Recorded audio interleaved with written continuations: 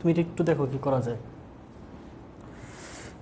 দেখো কমানো যায় কিনা, হয়তো কষ্ট হয়ে যাবে।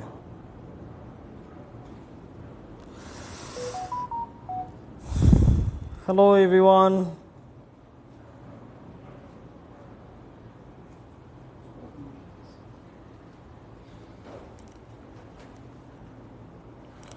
hello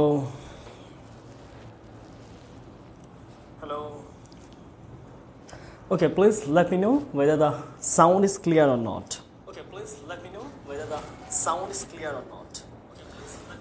I think the sound is okay.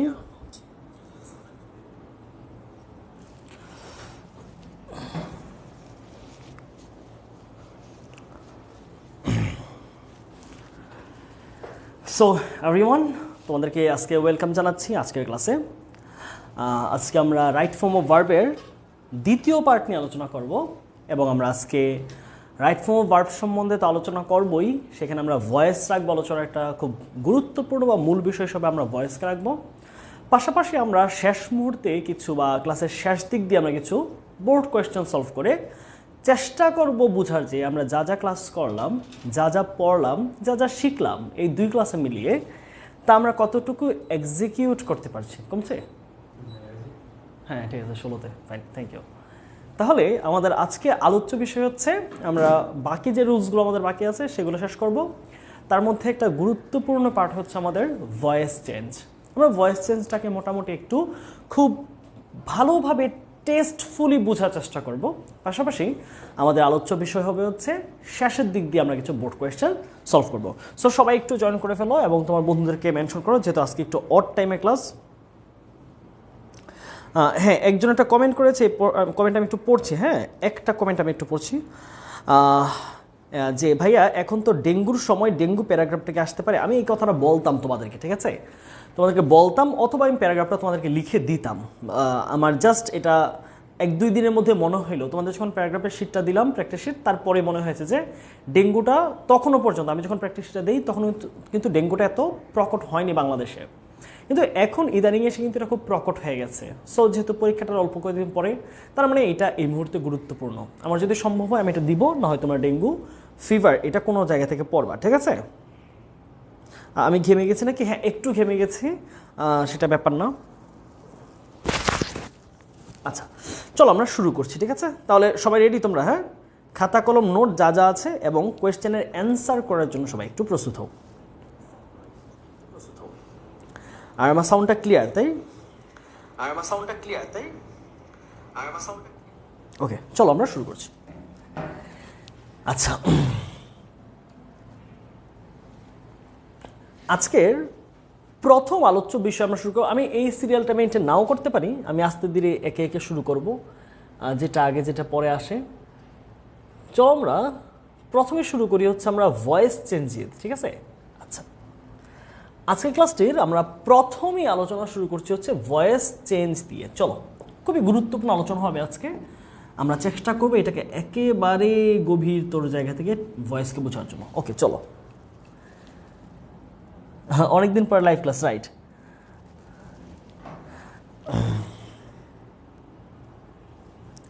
আচ্ছা চলো আমরা শুরু করছি।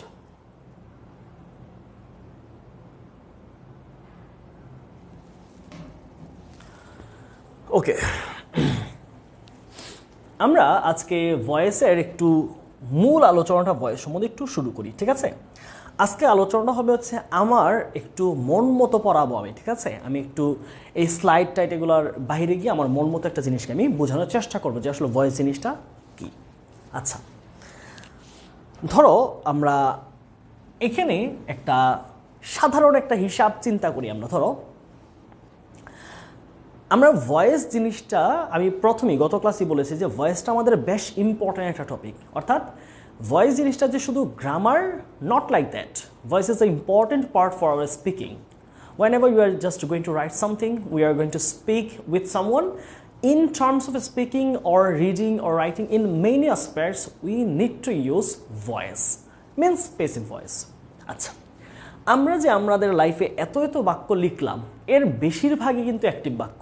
যেমন আমি যদি বলি হাউ আর ইউ, তুমি কেমন আছো, অ্যাক্টিভ।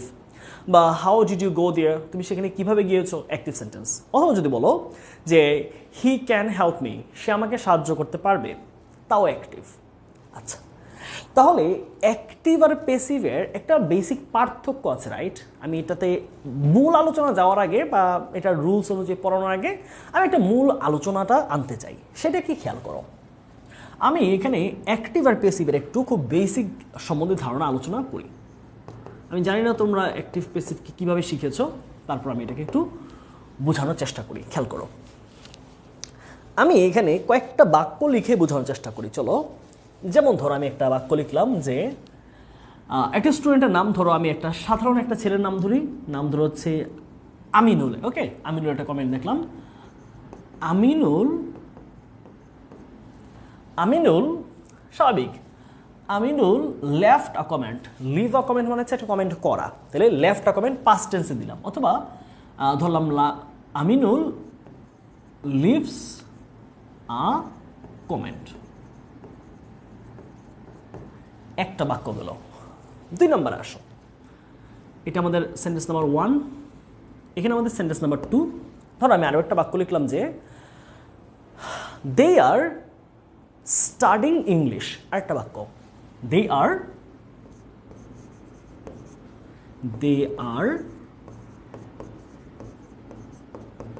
Studying English. অথবা স্টাডিং শব্দটা যায় না, এর সাথে আমরা লার্নিং দিতে পারি, ঠিক আছে?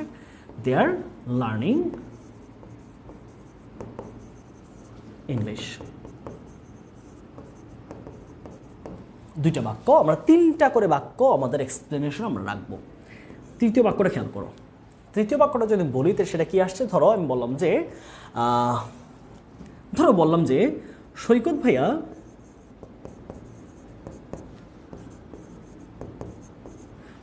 ভাইয়া টিচেস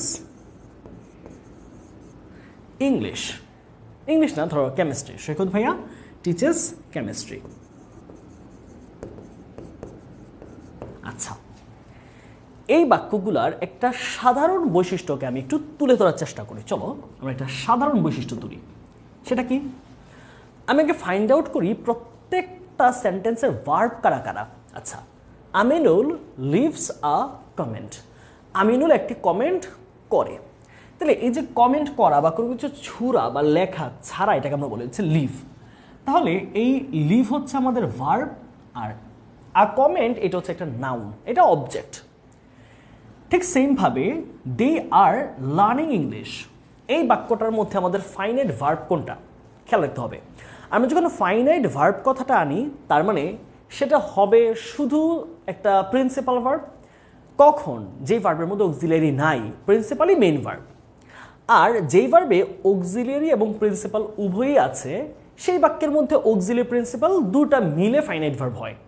দেখো, এটা কিন্তু শুধু ফাইনাইট না, এই আর এবং লার্নিং বোথ আর কম্বাইন্ডলি কল্ড ফাইনাইট ভার্ব। তাহলে এই যে অংশটা, এটা একটা ফাইনাইট ভার্ব। আচ্ছা, তৃতীয় বাক্যে ফাইনাইট ভার্ব কোনটা তাহলে? সৈকত ভাইয়া টিচেস কেমিস্ট্রি, সৈকত ভাইয়া কেমিস্ট্রি পড়ান।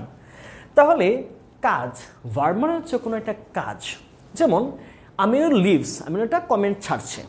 আবার দে আর লার্নিং ইংলিশ, তারা ইংরেজি শিখছে, এই শিখাটা একটা কাজ। আবার সেম, সৈকত ভাইয়া টিচেস কেমিস্ট্রি, সৈকত ভাইয়া কেমিস্ট্রি পড়ান, এই পড়ানোটা হচ্ছে এই বাক্যের মধ্যে আমাদের কাজ। তাহলে এই 3টা ইংলিশ প্রপার সেন্টেন্স, খেয়াল করো তো, এই সেন্টেন্সগুলো আমি পড়েছি, আমি লিখেছি, অনেক সময় তোমরাও পড়েছো, এগুলো অ্যাক্টিভ বাক্য। অ্যাক্টিভ একটা বাক্যের বৈশিষ্ট্য কি, সেইটা আগে আমরা এখানে এক্সপ্লেন করবো। খেয়াল করো, এই যে লিভস ভার্বটা রয়েছে, এই ভার্বটা ঠিক সিমিলারলি আর লার্নিং এই ভার্বটা এবং এই টিচার্স, এই 3টা ভার্বেরই খেয়াল করো, এদের যে সাবজেক্টটা রয়েছে এরা কিন্তু কাজটা করতে পারে। খেয়াল করো, এই যে আমিনুল যে ব্যক্তিটা আমি বললাম, আমিনুল, এই আমিনুলের বৈশিষ্ট্য হচ্ছে আমিনুল কমেন্টটা করতে পারে, ক্ষমতা আছে আমিনুলের। সেটা ক্ষমতা না, সক্ষমতা। ধরো আমিনুল কমেন্টটা লিখতে পারছে, কমেন্টটা ক্লিক করে কমেন্টটা করে দিতে পারছে, তার মানে কাজটা করার সক্ষমতা সাবজেক্টের রয়েছে। তাহলে এইটা আমরা টিক মার্ক দিলাম, সে কাজটা করতে পারে। আচ্ছা, এবার আসো, দে আর লার্নিং ইংলিশ, তারা ইংরেজি শিখছে। তাহলে শিখার কাজটা, এই যে শিখছে, পড়ছে, জানছে, বুঝতেছে, লিখতেছে, এই শিখার কাজটা করার ক্ষমতা দে সাবজেক্টে আছে কিনা? অবশ্যই আছে। তারা মানে মানুষ, তার মানে তাদের সেই সক্ষমতা রয়েছে। তাহলে সেইটা আমরা টিক মার্ক। সৈকত ভাইয়া টিচার্স কেমিস্ট্রি, সৈকত ভাইয়া কেমিস্ট্রি পড়ান। এই বাক্য খেয়াল করো, এই যে পড়ানো ভার্বটা বললাম, এই ভার্বটা বা এই কাজটা কিন্তু সৈকত ভাইয়া করতে পারেন, ওনার সে সক্ষমতা রয়েছেন এই বাক্যের। আমি বলছি না সৈকত ভাইয়াকে প্র্যাকটিক্যালি চিন্তা করো, জাস্ট চিন্তা করো এই জায়গার মধ্যে যে এই বাক্যের যে মানুষটা, মানুষ তো একটা পড়ানোর কাজ করতে পারে, রাইট? তাহলে এই সৈকত ভাইয়া এই সাবজেক্টটা, এইটাও আমাদের একটা অ্যাক্টিভ সাবজেক্ট। কেন অ্যাক্টিভ বলছি? যদি ভার্বের কাজটা সে করার মতো সক্ষমতা রাখে বা করে, that is called active subject. এটা একটা অ্যাক্টিভ কর্মঠ সাবজেক্ট, নিষ্ক্রিয় না, সক্রিয়। আচ্ছা, বাক্যগুলো বাংলায় বলি, তাহলে তোমার জন্য একটু ব্যাপারটা সহজ হবে। ধর আমি লিখলাম কি, আমিনুল লিভস আ কমেন্ট, আমিনুল একটি মন্তব্য করে। আমিনুল একটি মন্তব্য করে। তাহলে এই মন্তব্য করার কাজটি আমিনুল করতে পারছে। 2 নম্বর আসো, দে আর লার্নিং ইংলিশ, তারা ইংরেজি শিখছে। আর লাস্ট বাক্যটা কি, সৈকত ভাইয়া টিচার্স কেমিস্ট্রি, সৈকত ভাইয়া কেমিস্ট্রি পড়ান বা রসায়ন পড়ান। সৈকত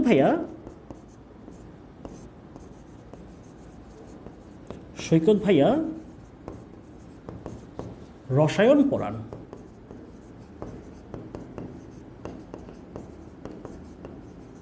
ওকে, তাহলে অ্যাক্টিভ বাক্য চেনার একটা সহজ উপায় হচ্ছে, 2টা সহজ উপায়। একটা হচ্ছে আমরা সচরাচর যে বাক্যগুলো টেন্স অনুযায়ী লিখি, অর্থাৎ subject verb object, subject verb object. আমরা যে 12টা টেন্সে যে বাক্যগুলো লিখতে পারি, 12টা tense means indefinite, continuous, perfect, perfect continuous plus modals. এই যে সিম্পল বাক্যগুলো আমরা যেগুলো লিখি, যেগুলো সাবজেক্ট দিয়ে শুরু হয় এবং সাবজেক্টই ভার্বের কাজটা করতে পারে, তাহলে এইটাকে আমরা বলছি অ্যাক্টিভ। বৈশিষ্ট্যটা আমি এখানে উল্লেখ করছি। তাহলে অ্যাক্টিভের বৈশিষ্ট্য কি পেলাম? 1 নম্বর বৈশিষ্ট্য হচ্ছে টেন্স অনুযায়ী বাক্যগুলো ঘটে। অথবা আমরা স্বাভাবিকভাবে লিখতে পারি যে আমরা সচরাচর যে বাক্যগুলো তৈরি করি বা বলি, আমরা সচরাচর যে সকল বাক্য তৈরি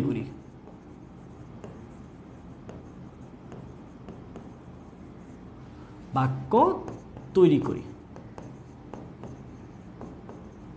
আচ্ছা, এটা গেল এক কথা।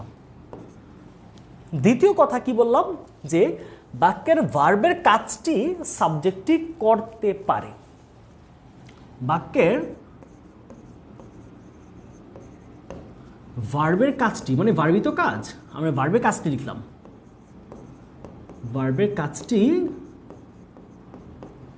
সাবজেক্ট করতে পারে।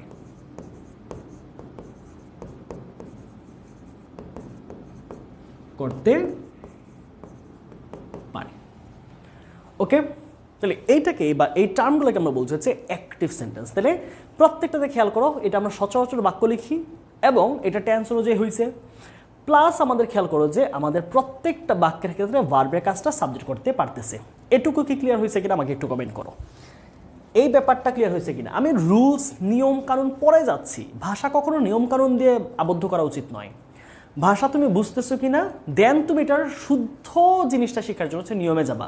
আগে তোমাকে বুঝতে হবে আসলে ভয়েস ব্যাপারটা কি।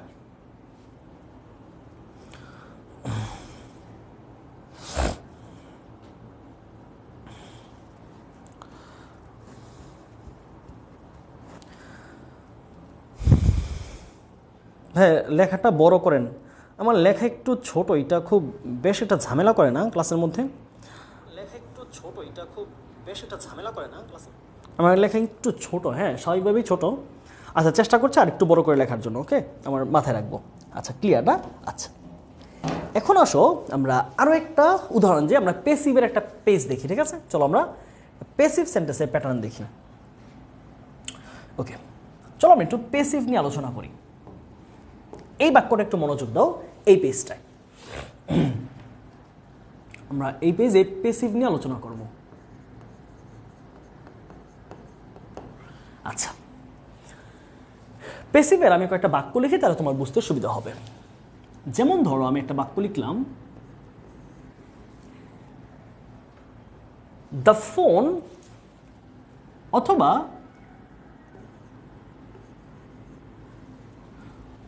এটা বাদ দিলাম, আমি সহজ উদাহরণ দিই তাহলে বুঝতে সুবিধা হবে। ধরো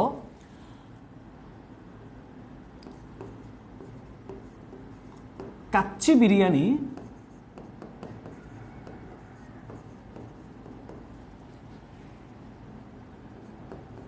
ইজ কুকিং, এইটা একটা পার্ট। আবার এটার সাথে আমি অবলিক দিয়ে আরেকটা অর্থ দিলাম, সেটা হচ্ছে ইজ বিং কুকড। একটা সেন্টেন্স, হ্যাঁ, কাচ্চি বিরিয়ানি ইজ কুকিং অথবা kacchi biryani is being cooked. আচ্ছা, এক নম্বর বাক্য। দুই নম্বরে খেয়াল করো, আমি একটু বড় করে লিখতেছি, এটা একটু ছোট হয়ে গেছে, পরেরটা বড় করে লিখবো। দুই নম্বর বাক্যটা খেয়াল করো, যেমন ইংলিশ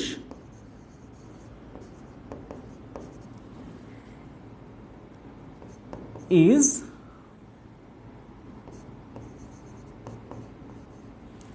লার্নিং, অথবা English is learned. Is learning আর হচ্ছে ইজ লার্নড, এই যে এতটুকু অংশকে আমি একটু আন্ডারলাইন করে দিচ্ছি। তোমরা খুব গভীর থেকে এটাকে বোঝার চেষ্টা করো, বাক্যগুলো তোমাকে অনেক লাইফে কাজে দিবে ভবিষ্যতে গিয়ে, যে কোনো জায়গায় অ্যাডমিশন বলি বা অন্য যে কোনো জায়গায়। তিন নম্বরে আরেকটা বাক্য লিখি, চলো সেটা ধরো আমি লিখলাম যে ফুটবল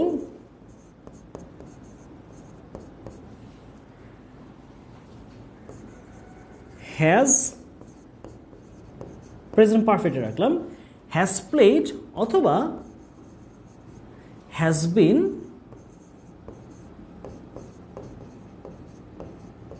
প্লেড। ওকে, আচ্ছা খেয়াল করো, এটা তো আমি মার্ক করে দিলাম, সে হচ্ছে হ্যাজ প্লেড অথবা হ্যাজ বিন প্লেড। আচ্ছা, এখন আসো আমরা আগেরটার সাথে একটু তুলনা করি। দেখো, আমিনুল একটি মন্তব্য করে, এই বাক্যটার অর্থ দাঁড়ায়। এখন আমরা এই সেন্টেন্সগুলোর বাংলা একটু করি তো, চলো।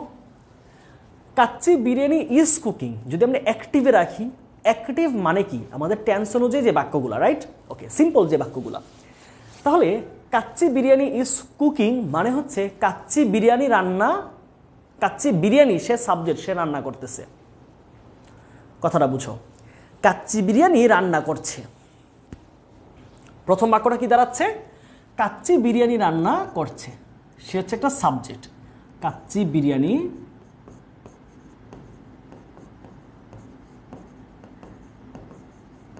কাচ্চি বিরিয়ানি রান্না করছে, রান্না করছে, এইটা সঠিক হবে নাকি রান্না করা হচ্ছে? রান্না করা হচ্ছে। আমি দুইটা বাক্য দিলাম, তোমার উপরে ছাড়লাম তুমি কোন বাক্যটাকে সঠিক মনে করো। আমি এই পার্টে এটাকে রাখলাম 1, এই অংশকে আমরা রাখলাম হচ্ছে 2। ওকে, তোমরা উত্তর করো। এখানে কি ইংলিশ ইজ লার্নিং, ইংরেজি শিখছে, এটার অর্থ দ্বারা প্রথমটা কি?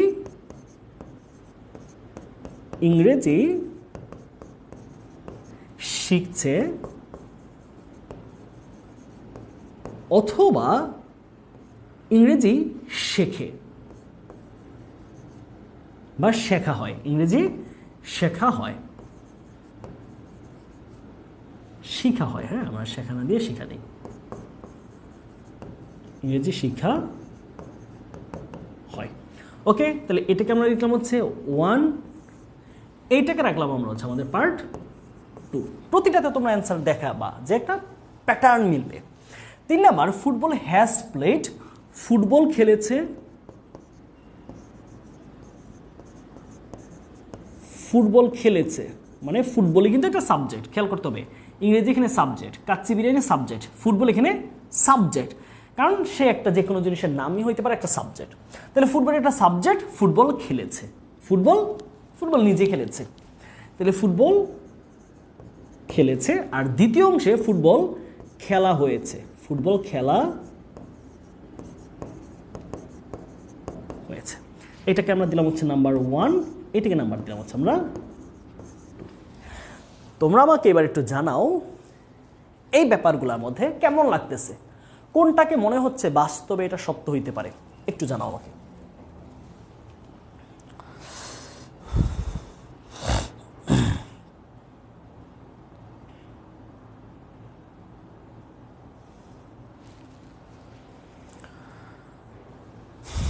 আচ্ছা, মামুন লিখেছে যে রান্না করা হচ্ছে, রাইট, শিখা হয় এবং হচ্ছে লেখা খেলা হয়েছে, রাইট।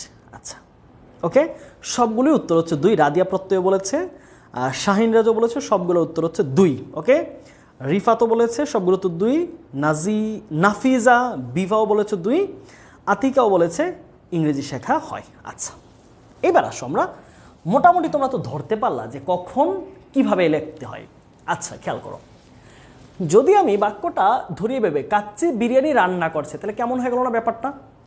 কাচ্চি বিরিয়ানি বাক্যের সাবজেক্ট, কিন্তু ভার্বের কাজটাকে করতে পারতেছে। খুব মজার এবং খুব গুরুত্বপূর্ণ কথাটা হচ্ছে এই জায়গায় ভয়েস, তোমার হোল লাইফে ভয়েস ব্যাপারটাকে আমাদের কাছে অনেক বেশি কনফিউজিং মনে হয়, রাইট?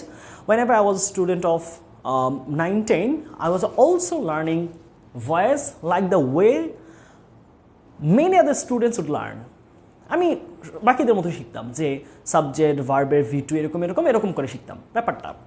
কিন্তু বিষয়টা বলার সময় আমরা যখন একটা বাক্য বানাচ্ছি, so how can you make the sentence very naturally and how will the sentence mean? So I would never know the meaning of the sentence of passive. আমি বানাইতে পারতাম, ব্যাপারটা হচ্ছে আমি জানতাম না এটার অর্থটা কেমন দেয়। এখন তুমি যদি অর্থই না জানতে পারো, তাহলে আসলে গ্রামার তো মুখস্থ করে ব্যাপারটা আমার উপর চাপ সৃষ্টি হবে দিনের পর দিন, রাইট? আচ্ছা, তাহলে এইটা কি দাঁড়াচ্ছে? কাচ্চি বিরিয়ানি সে সাবজেক্ট বাক্যের। খেয়াল রাখবা, বাক্যের সাবজেক্টকে যার সম্পর্কে কিছু বলা হয় বা যে কাজ করে, অ্যাক্টিভে যে কাজটা করে, অথবা প্যাসিভের ক্ষেত্রে যার উপরে কাজটা করা হয় সেই একটা সাবজেক্ট। খুব মনোযোগ দিয়ে খেয়াল করো, বললাম সাবজেক্টকে একটা ছোট্ট করে নোট নিয়ে রাখো। সাবজেক্টটা কি? সাবজেক্টকে আমরা কিভাবে ডিফাইন করি? সাবজেক্ট হচ্ছে অ্যাক্টিভের ক্ষেত্রে যে কাজ করে, বা যার সম্পর্কে কিছু বলা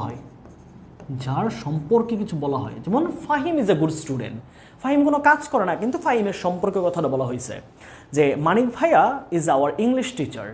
মানিক ভাইয়া কোনো কাজ করছি না বাক্যটাতে, আমি হয়তো পড়াচ্ছি বাট বাক্যটাতে কাজ করছি না। তাহলে মানিক ভাইয়া ইজ আওয়ার ইংলিশ টিচার, এ বাক্যে কাজ না করা সত্ত্বেও কথাটা আমার সম্পর্কে বলা হয়েছে, তাই এই জায়গায় মানিক ভাই হচ্ছে একটা সাবজেক্ট। তাহলে অ্যাক্টিভের ক্ষেত্রে যে কাজ করে বা যার সম্পর্কে কিছু বলা হয় সেটি হচ্ছে একটা সাবজেক্ট, যার সম্পর্কে বলা হয় সে হচ্ছে সাবজেক্ট। আর প্যাসিভে সেটা কি হবে? প্যাসিভের ক্ষেত্রে এটা হবে হচ্ছে যার উপরে কাজটি করা হয়, যার উপরে। এই যে রান্না করার কাজটা কার উপরে করা হয়েছে? বিরিয়ানির উপরে। বিরিয়ানিকে নির্ভর করে কাজটা হয়েছে। বিরিয়ানি না থাকলে রান্না ভরার কোনো প্রশ্নই আসতো না, যদি বিরিয়ানি রান্নার প্রশ্নই আসতো। আবার শেখার কাজটা কার উপর নির্ভর করা হয়েছে? ইংরেজির উপর নির্ভর করে। আবার খেলাটা কার উপর নির্ভর করা হয়েছে? ফুটবলের উপর নির্ভর করে হয়েছে কাজটা। তাহলে প্যাসিভ সেন্টেন্সে যার উপরে কাজটি করা হয়, যার উপর কাজটি করা হয়, ওকে। আচ্ছা, তাহলে এই প্রত্যেকটা ক্ষেত্রে খেয়াল করো, ইজ কুকিং একটা ফাইনাইট ভার্ব হওয়া সত্ত্বেও সাবজেক্টটা কাজ করতে পারছে না।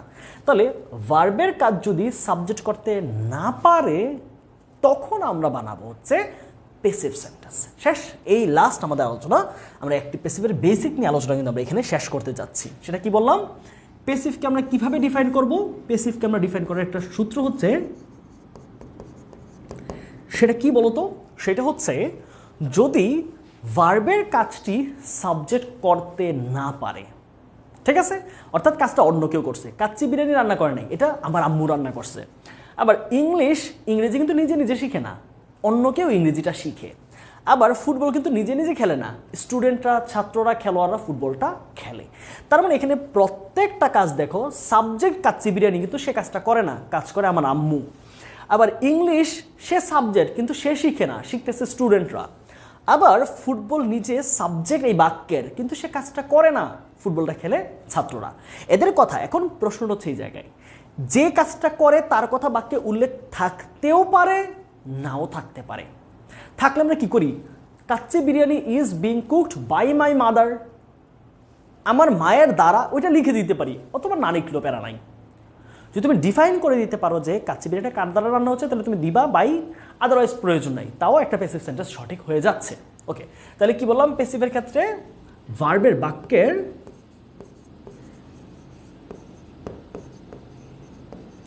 ভার্বের কাজটি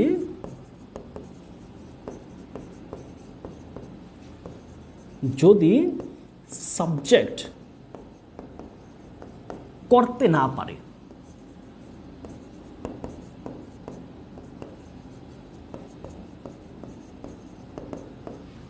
ওকে, এই হচ্ছে আমাদের অ্যাক্টিভ আর প্যাসিভ সম্বন্ধে বাংলা অর্থটা বোঝার বেসিক ধারণা। তোমাদের ক্লিয়ার হলো কি? নিয়মভিত্তিক আমি পরে আগাবো।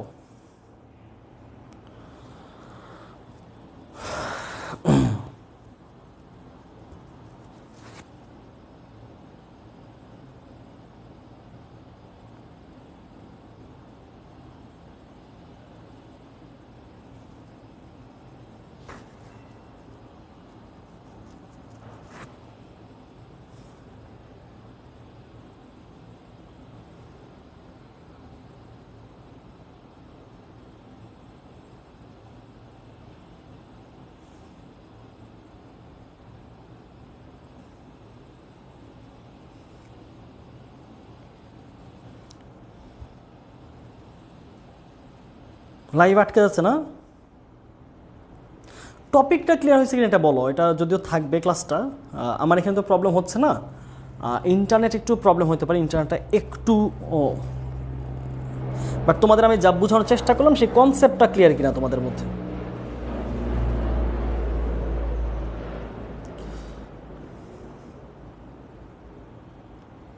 ওকে, চলো আমরা তার পরের অংশ আগাচ্ছি।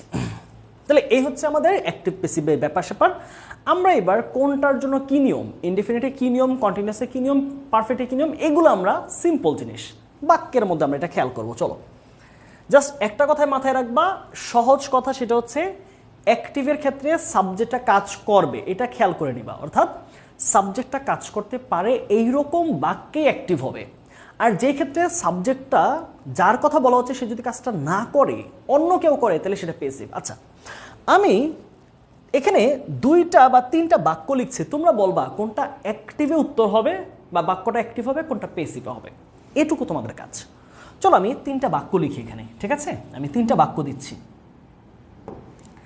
3টা বা 4টা বাক্য দিব। তোমাদের কাজ হচ্ছে একমাত্র এটাই লিখবা, 1 নাম্বারটা অ্যাক্টিভে লেখা যাবে, 2 নাম্বারটা প্যাসিভে লেখা যাবে, 3 নাম্বারটা এরকম করে তোমার উত্তরটা দিবা। জাস্ট বাক্য বানাইতে হবে না তোমাকে, এত কঠিন কাজে যাচ্ছি না আমরা, সেটা শিখাবো। এখন জাস্ট এতটুকু বলো তুমি টপিকটা বুঝছো কিনা। 1 নম্বর বাক্যটা হচ্ছে আমি বাংলা লিখবো। হ্যাঁ,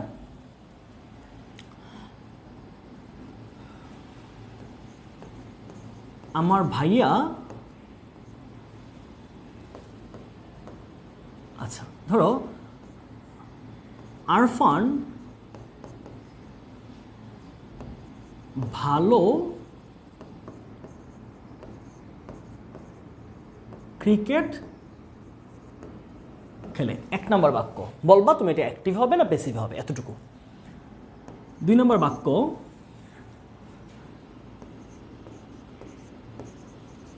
তাকে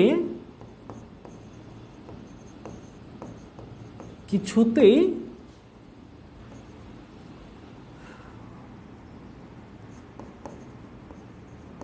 বোঝানো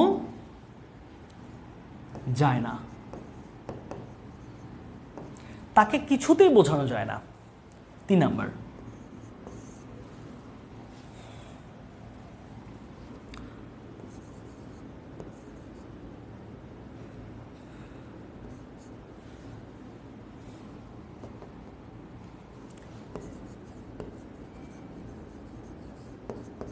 কলমটি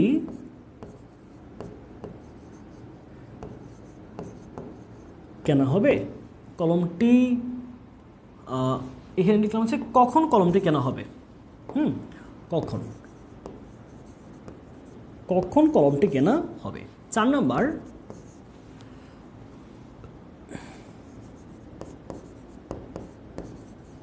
ফারুক মালয়েশিয়া অবস্থান করে। মালয়েশিয়া অবস্থান করছে।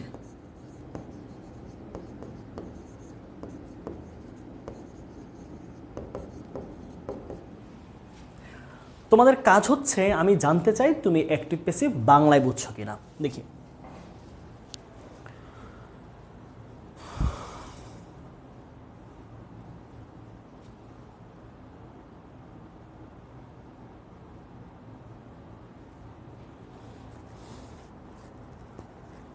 আচ্ছা, 4টা উত্তর একসাথে দিলে আমার জন্য দেখতে সুবিধা হবে।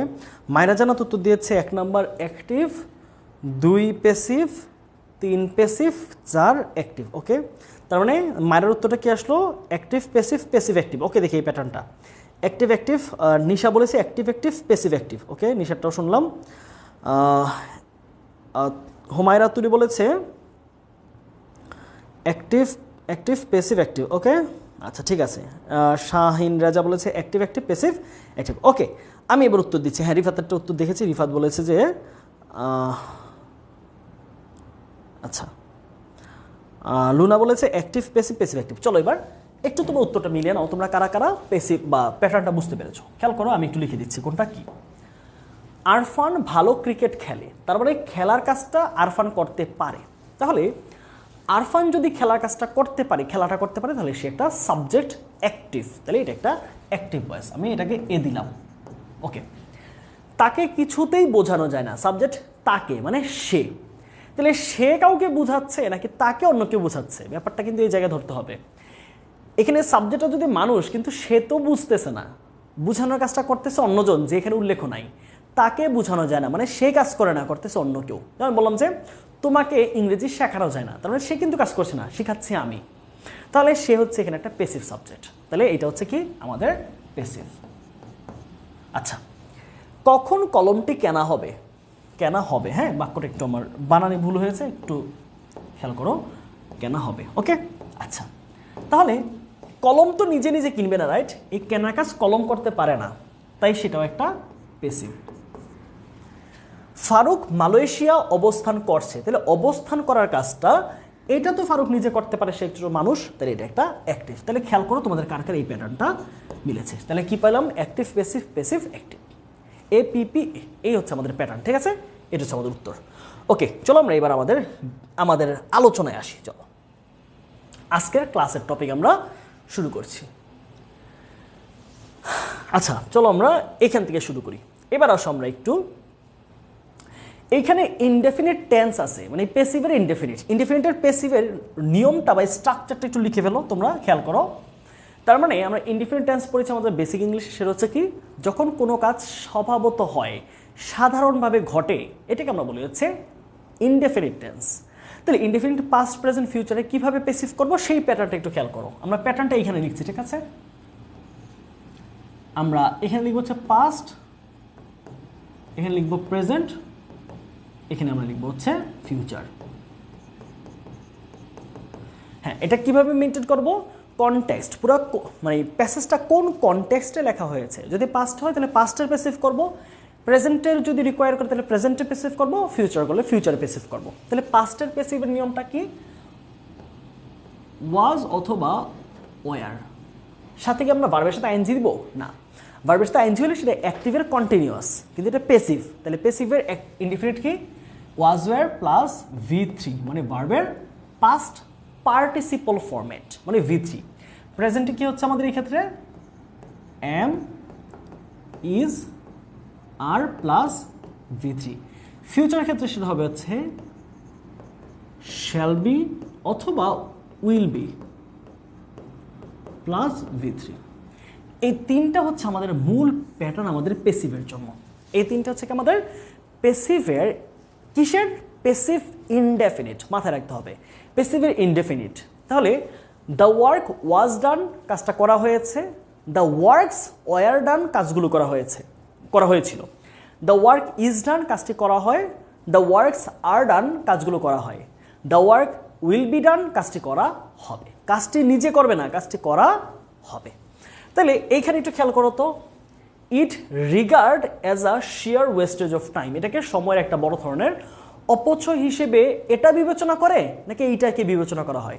ধরো আমরা ফেসবুক চালাই সারাদিন, এখন আমি বলবো যে এই ফেসবুক চালানোটা নিজে নিজে মনে করে সময়ের অপচয়, নাকি এইটাকে আমরা মনে করি বা মনে করা হয় সময়ের অপচয় হিসেবে? দেখি তোমরা একটু অ্যান্সার করো। সবাই একটু প্রথম কোয়েশ্চেনটা অ্যান্সার করে দেখি কি হইতে পারে। হ্যাঁ, শ্যাল এন্ড উইলের সাথে বি কেন?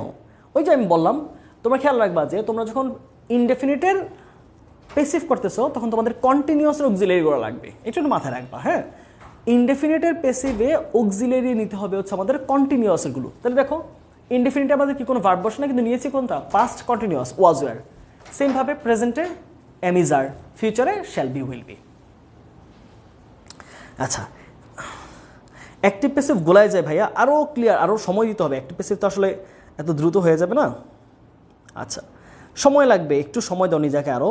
আমি চেষ্টা করেছি ফুল কনসেপ্ট ক্লিয়ার করার জন্য, তোমরা এবার একটু নিজের একটু চেষ্টা করো। আচ্ছা, এবার এটাকে একটু অ্যান্সার করার চেষ্টা করতে দেখি। আমরা যদি অ্যাক্টিভে লিখি তাহলে এটা অ্যান্সার দাঁড়ায় ইট রিগার্ডস। দুইটা উত্তর হতে পারে, ইট রিগার্ডস। আবার আরেকটা উত্তর হতে পারে যদি আমরা এই ইটের সাথে কি যায়, প্রেজেন্ট টেন্সে। এটা সত্য কথা যে সময়কে বিবেচনা করা হয়, মানে এই ফেসবুক চালানোকে বিবেচনা করা হয় প্রেজেন্ট টেন্সে, তাই না? আচ্ছা, তাহলে কি হইতে পারে? It is regarded, is regarded. তাহলে কোনটা উত্তর হবে? এটা বিবেচনা করে সময়ের অপচয় হিসেবে, নাকি এইটাকে বিবেচনা করা হয় সময়ের অপচয় হিসেবে? রাইট, এই তো ইট ওয়াজ রিগার্ডেডকে আমরা একটু অ্যাভয়েড করে চলছি, কারণ এটা হচ্ছে আমাদের ওই কনটেক্সটে প্রেজেন্টে ছিল, ঠিক আছে? লুনা উত্তর এইটা কিন্তু ওয়াজে হবে যদি আমরা কথাটা যদি পাস্টে থাকে, কিন্তু এটা কনটেক্সটটা যেহেতু একদম বোর্ড কোয়েশ্চেন থেকে নেওয়া হয়েছে, বোর্ড কোয়েশ্চেন এটা আসলে প্রেজেন্টে ছিল, ঠিক আছে? আচ্ছা, বিবেচনা করা রাইট। তাহলে ইট ইজ রিগার্ডেড, ইজ দেওয়ার পর কিন্তু V3, it is regarded. Okay, তারপরে it organized by the local administration and the department of social forestation. তাহলে ইহা মানে একটা অনুষ্ঠান, ধরো ইহা একটা অনুষ্ঠান, তাহলে এটাকে আয়োজন করা হয় স্থানীয় প্রশাসন এবং কি আমাদের সামাজিক বনায়ন ডিপার্টমেন্টের অনুসারে, নাকি এইটা নিজে নিজেই আয়োজন করছে? একটা অনুষ্ঠান সে কি নিজে নিজে আয়োজন করে, নাকি এটাকে আয়োজন করা হয় বা হয়েছিল? অতীতের ঘটনা যদিও এটা ওই প্যাসেজ অনুযায়ী অতীতের ঘটনা ছিল। তাহলে কী হবে অ্যান্সারটা? এটা তোমরা একটু অ্যান্সার জানাবা। পরেরটা, ইনফ্যাক্ট প্রকৃতপক্ষে 3 নাম্বার, ক্রিকেট প্রেজেন্টে দিলে কলস দ্য জেন্টলম্যানস গেম। ক্রিকেট বলে, ক্রিকেট নিজে বলে ভদ্র মানুষের খেলা। আর যদি পেসিভ করি তাহলে অর্থ দাঁড়ায় ক্রিকেটকে বলা হয় ভদ্র মানুষের খেলা। তাহলে এই কলের কাজটা ক্রিকেট করতে পারে কিনা, এই আয়োজন করার কাজটা অনুষ্ঠান করতে পারে কিনা, এই দুটো অ্যান্সার তোমরা একটু আমাকে কমেন্টে জানাও দেখি তোমরা কতটুকু বুঝতে পারলাম। রাইট, আমাদেরকে মামুন বলেছে না, আয়োজন করা হয়েছিল।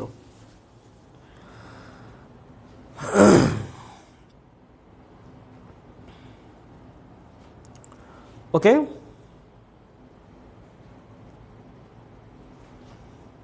রাইট।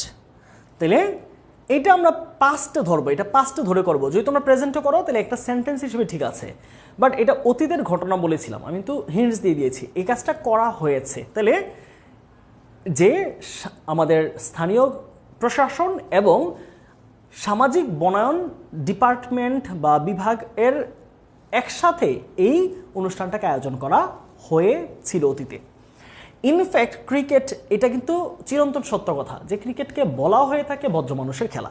তাহলে কি পাচ্ছি আমরা ভাইয়া? সিনোনিম অ্যান্টোনিম নিয়ে অনেক ভয়ে আছি। এত ভয় কিসেন? হ্যাঁ, বাকি আছে তো এর পরের ক্লাসে, কালকের ক্লাসে তো মানে নেক্সট যে ক্লাসে এটা তো সিনোনিম অ্যান্টোনিমের উপরে, সে সব ভয় কেটে যাবে একটা ক্লাসেই।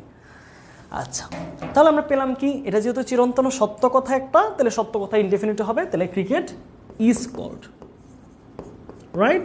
তাহলে প্রেজেন্টে এম ইজ আর, তাহলে ইজ দিলাম, ক্রিকেট যেহেতু থার্ড পারসন সিঙ্গুলার, আর ভার্বের V3 কল, কল্ড, কল্ড। তাহলে কি পাচ্ছি আমরা, in fact cricket is called the gentleman's game, ক্রিকেটকে বলা হয় একটা ভদ্র মানুষের খেলা। আর এখানে কি পাচ্ছে, এটা অতীতের ঘটনা যেহেতু, it was organized, it was organized, okay, it was organized by the local administration and the Department of Social Forestation, okay। তাহলে এই ব্যাপারটা কি ক্লিয়ার হলো, আশা করছি এই ব্যাপারটা তোমাদের ক্লিয়ার হয়ে গেছে। চলো আমরা তারপরে যাই একটু।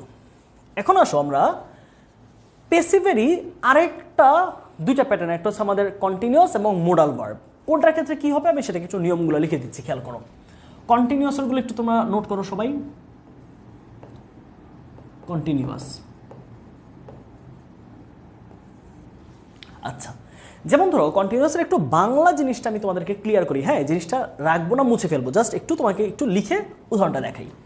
যেমন ধরো এক নম্বর একটা বাক্য লিখলাম, তোমরা বলবা দুইটা বাক্যের মধ্যে কোনটা অ্যাক্টিভ কোনটা প্যাসিভ। আচ্ছা, এটাকে একটু আলোচনার বিষয় আছে, হ্যাঁ, চলো আমি একটু আলোচনা করি। ধরো ভাই একটা বাক্য লিখলাম এক নম্বরে যে Fahad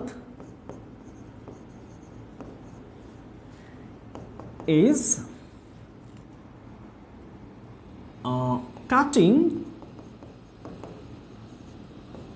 a tree, Fahad is cutting a tree, এটা একটা বাক্য। আর দুই নম্বর একটা বাক্য লিখলাম হচ্ছে a tree is being cut, বলো তো কোনটা অ্যাক্টিভ আর কোনটা প্যাসিভে। আমি বারবারই গুরুত্ব দেই, তুমি নিয়ম অনেক পড়ো, দেখো আমি আমার লাইফে আমি একটা সময় স্ট্রাগল করেছি ইংলিশ নিয়ে, টু বি ভেরি অনেস্ট, তোমাদের সাথে একদিন শেয়ার করেছিলাম। আমি ক্লাস 5-এ যখন পড়ি তখন আমি কিন্তু ইংলিশ অলমোস্ট ফেল করে আমার ইংলিশ মানে 5-এর ক্যারিয়ার আমি শেষ করেছি, মানে 5-এ আমি 33 পেয়ে PSC পাস করেছি ওই সময়টাতে। কিন্তু একটা সময় গিয়ে আমি বুঝতে পারলাম যে ইংরেজি যে আমরা শিখি, এই যে নিয়ম আমাদের ভিতরে ঢুকিয়ে দিয়েছে, এই ব্যাপারটা আসলে একটা প্যারালাইজড সিস্টেম। আমরা অর্থ বুঝতেছি না, বাংলা বুঝতেছি না, লিসনিং করতেছি না, স্পিকিং করতেছি না, কিছু লিখতেছি না, we are not going to find out the meaning, we are just memorising the rules. এটা যে কত বড় একটা বাজে জিনিস, এটা তুমি টিচিংয়ে না আসলে বা তুমি কখনো এই ব্যাপারগুলো না পড়াইলে বুঝবা না যে ইংলিশটা আসলে শেখা প্রয়োজন ছিল কি।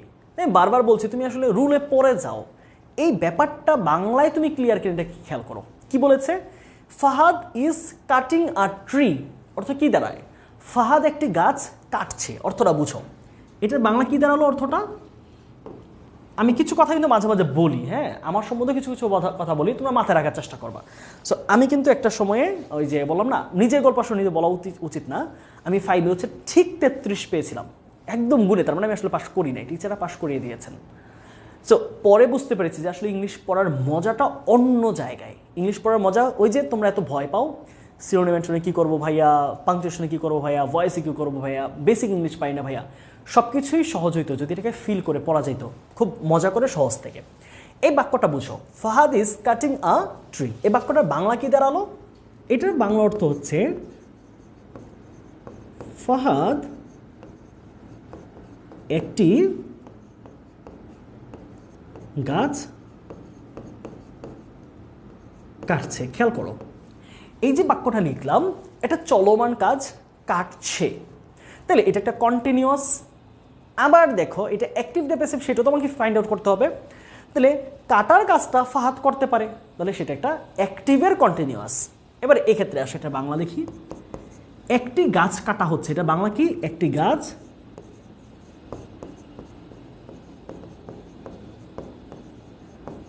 কাটা হচ্ছে।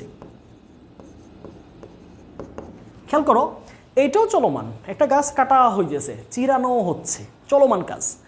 এইটাও কন্টিনিউয়াস, এটাও কন্টিনিউয়াস, মিলে গেল।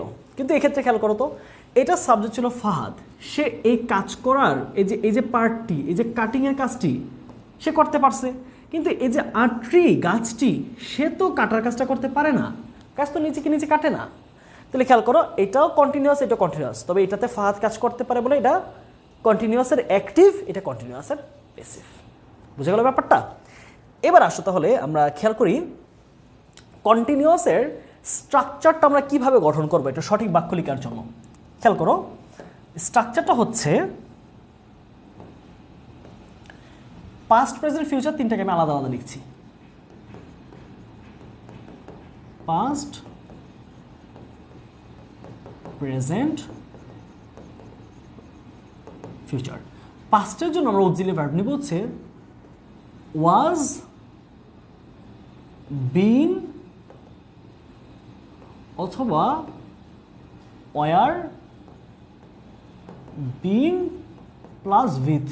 খেয়াল করো, ওয়াজ বিং অথবা were being. Was being singular সাবজেক্টের সাথে, ওয়ার বিং প্লুরাল সাবজেক্টের সাথে। অবশ্যই প্যাসিভের জন্য V3 রাখতে হবে। প্রেজেন্টে সেটা কি দাঁড়াচ্ছে?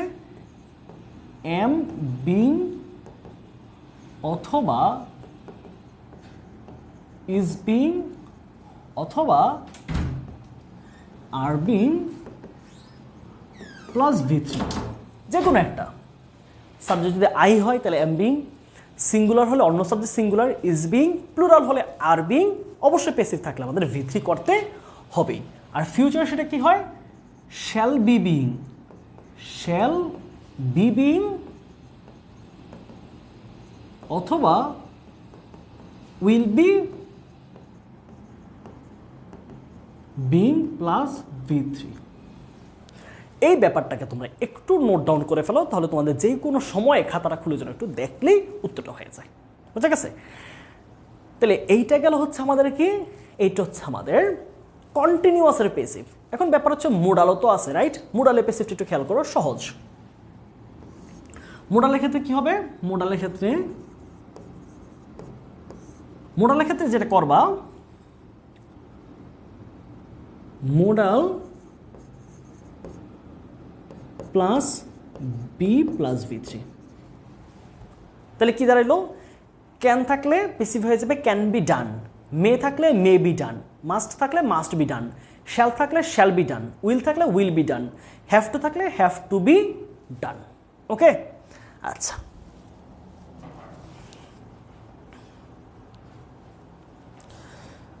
ভাইয়া আমরা তো পিএসসিতে পড়ি না, এখনও স্ট্রং হওয়ার সময় আছে, কিন্তু সব হারানোর পর। আসলেই মানে স্কুলে সারা জীবন ভার্বের ফর্ম পড়াইছে, যে স্কুলের বদনাম করে লাভ নাই, সেটা বলে তো লাভ নাই। শিক্ষকরা চেষ্টা করেন যার যতটুকু সামর্থ্য আছেন সেই অনুযায়ী। আমিও চেষ্টা করি, আমার অনেক ত্রুটি আছে ভাই, আমি নিজে অনেক কম জানি, আমি নিজে অনেক পড়ার সময় কম পাই। আরও শিখতে চাই ভাই। আমার তো তোমাদের ক্লাস, এই যে দেখো না, আমি হাজার হাজার কোর্স নামাইতে, মানে আমার কোর্স নামার সুযোগ আছে, এসএসসি কোর্স, অ্যাডমিশনের কোর্স, পার্সোনাল, কিন্তু নামাইতে চাই না। সেটা নামাইলে আর জীবন থাকবে না, ক্লাসই করাইতে হবে সারা জীবন। নিজের আইএলস পড়ে আছে সামনে, নিজের আরও পরীক্ষা পড়ে আছে, সো সেগুলোকেই আসলে প্রায়োরিটি দেওয়া প্রয়োজন এই মুহূর্তে এসে, কারণ 2 দিন পরে অনার্স শেষ। কি করব? এত কাজ করে দেখো, এই যে তোমাদের ক্লাস নিয়ে এটা করে তারপরে মনে হয় কি করতেছি। ওকে, চলো আমরা একটু এটা সলভ করি, ঠিক আছে? এবার এখানে আসো। এই পর্যন্ত ক্লিয়ার? তোমাদের ক্লিয়ার হয়েছে যে মোরাল পর্যন্ত? আচ্ছা, নীরব বলেছে ভাইয়া অ্যাক্টিভ অ্যান্ড প্যাসিভ দেখে চিনতে পারি, বাট অ্যাক্টিভ থেকে প্যাসিভে লিখতে পারি না। হ্যাঁ, লিখতে পারি না, এটা একটু টাইম লাগবে। হ্যাঁ, অ্যাক্টিভ প্যাসিভ জিনিসটাকে একটু প্র্যাকটিসে আনতে হবে ব্যাপারটা। হ্যাঁ, আমার প্ল্যান আছে, আমি যদি আরও ভবিষ্যতে সময় পাই বা আমার সময় সুযোগ মিলে সব কিছু মিলিয়ে একটা বেসিক ইংলিশের কোর্স করাবো।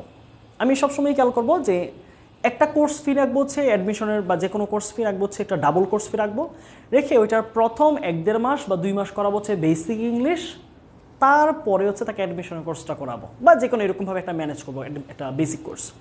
তো কী হয়, ছেলেমেয়েরা ইংরেজি এইচএসসি করে ফেলতেছে, বা অ্যাডমিশন ইংলিশ পড়ে ফেলতেছে, বা আইএলস করতে যাচ্ছে, বাট তার বেসিক ইংলিশটা জরুরি যে সেটা সে বুঝতে পারে না। আইএলস ব্যাপারটা কি, তুমি একটা জাস্ট আমার ধারণা শোনো। ধরো আইএলস কি, তোমাকে লিসনিং দিবে, তুমি 30 মিনিট লিসনিং শুনবা, শুনে এখানে 40টা কোয়েশ্চেন অ্যান্সার করবা। কোয়েশ্চেন দেওয়া আছে, এমসিকিউর মধ্যে তুমি অ্যান্সার লিখবা। ঠিক আছে, এমসিকিউতে অ্যান্সার লিখবা, কোথাও কোথাও টিক মার্ক করতে হবে, এই হচ্ছে ব্যাপার। স্পিকিংয়ে তোমার একজন এক্সামিনার বসে থাকবে, সে তোমাকে হচ্ছে 16 থেকে 17 মিনিট পরীক্ষাটা হয়, স্পিকিং ইংলিশ 15 থেকে 16 মিনিট। ওই 15 থেকে 16 মিনিট তোমাকে ইংলিশে প্রশ্ন করবে, বিভিন্ন ডিফারেন্ট কোয়েশ্চেন, অ্যানালিটিক্যাল হবে, কিছু সহজ কোয়েশ্চেন হবে, তোমার পার্সোনাল কোয়েশ্চেন হবে, এগুলো অ্যান্সার করবা। একটু ডিফিকাল্ট হচ্ছে রিডিং আর রাইটিংয়ে। সো রাইটিংও সেম, রাইটিং খুব একটা কঠিন না, রিডিংটা প্যারা আছে, অনেক বড় বড় প্যাসেজ থাকে, পড়ে বোঝা লাগে, গেল। আচ্ছা, এটা কি তোমার কোনো আলাদা পরীক্ষা? এটা তো একটা ভাষার পরীক্ষা। এখন যেই ছেলে বা মেয়েটার ইংরেজির বেসিক নাই, যে ইংরেজি আসলে শুনেই নাই কখনো, এইচএসসি পর্যন্ত সে কোনো রকমে পাশ করছে, পড়াশোনা করে নেই, সে আইএলটিএস দিয়ে আসলে করবেটা কি? তার লাভটা কোথায়? সে আসলে কি শিখবে এখানে গিয়ে? আইএলটিএস তো একটা পরীক্ষার প্যাটার্ন জাস্ট, অ্যাডমিশনে ইংলিশ আছে, এইচএসসিতে ইংলিশ আছে, এসএসসিতে আছে। এখন যে ইংলিশের বেসিকটাই বুঝবে না, ইংলিশ পড়তে জানে না, ইংলিশ শুনে বুঝতে পারে না, ইংলিশ লিখতে পারে না, ইংলিশ পড়তে পারে না, তার জন্য তো আইএলটিএস, জিআরই, জিমেট কিছুই না। সো আমাদের অনেক ছেলেমেয়েরা আছে আইএলটিএসে গিয়ে ভর্তি হয়, এরপর হতাশ হয়, বলে না কিছু পারি না, কিছু পারি না। জিনিসটা হচ্ছে বেসিকের কথা।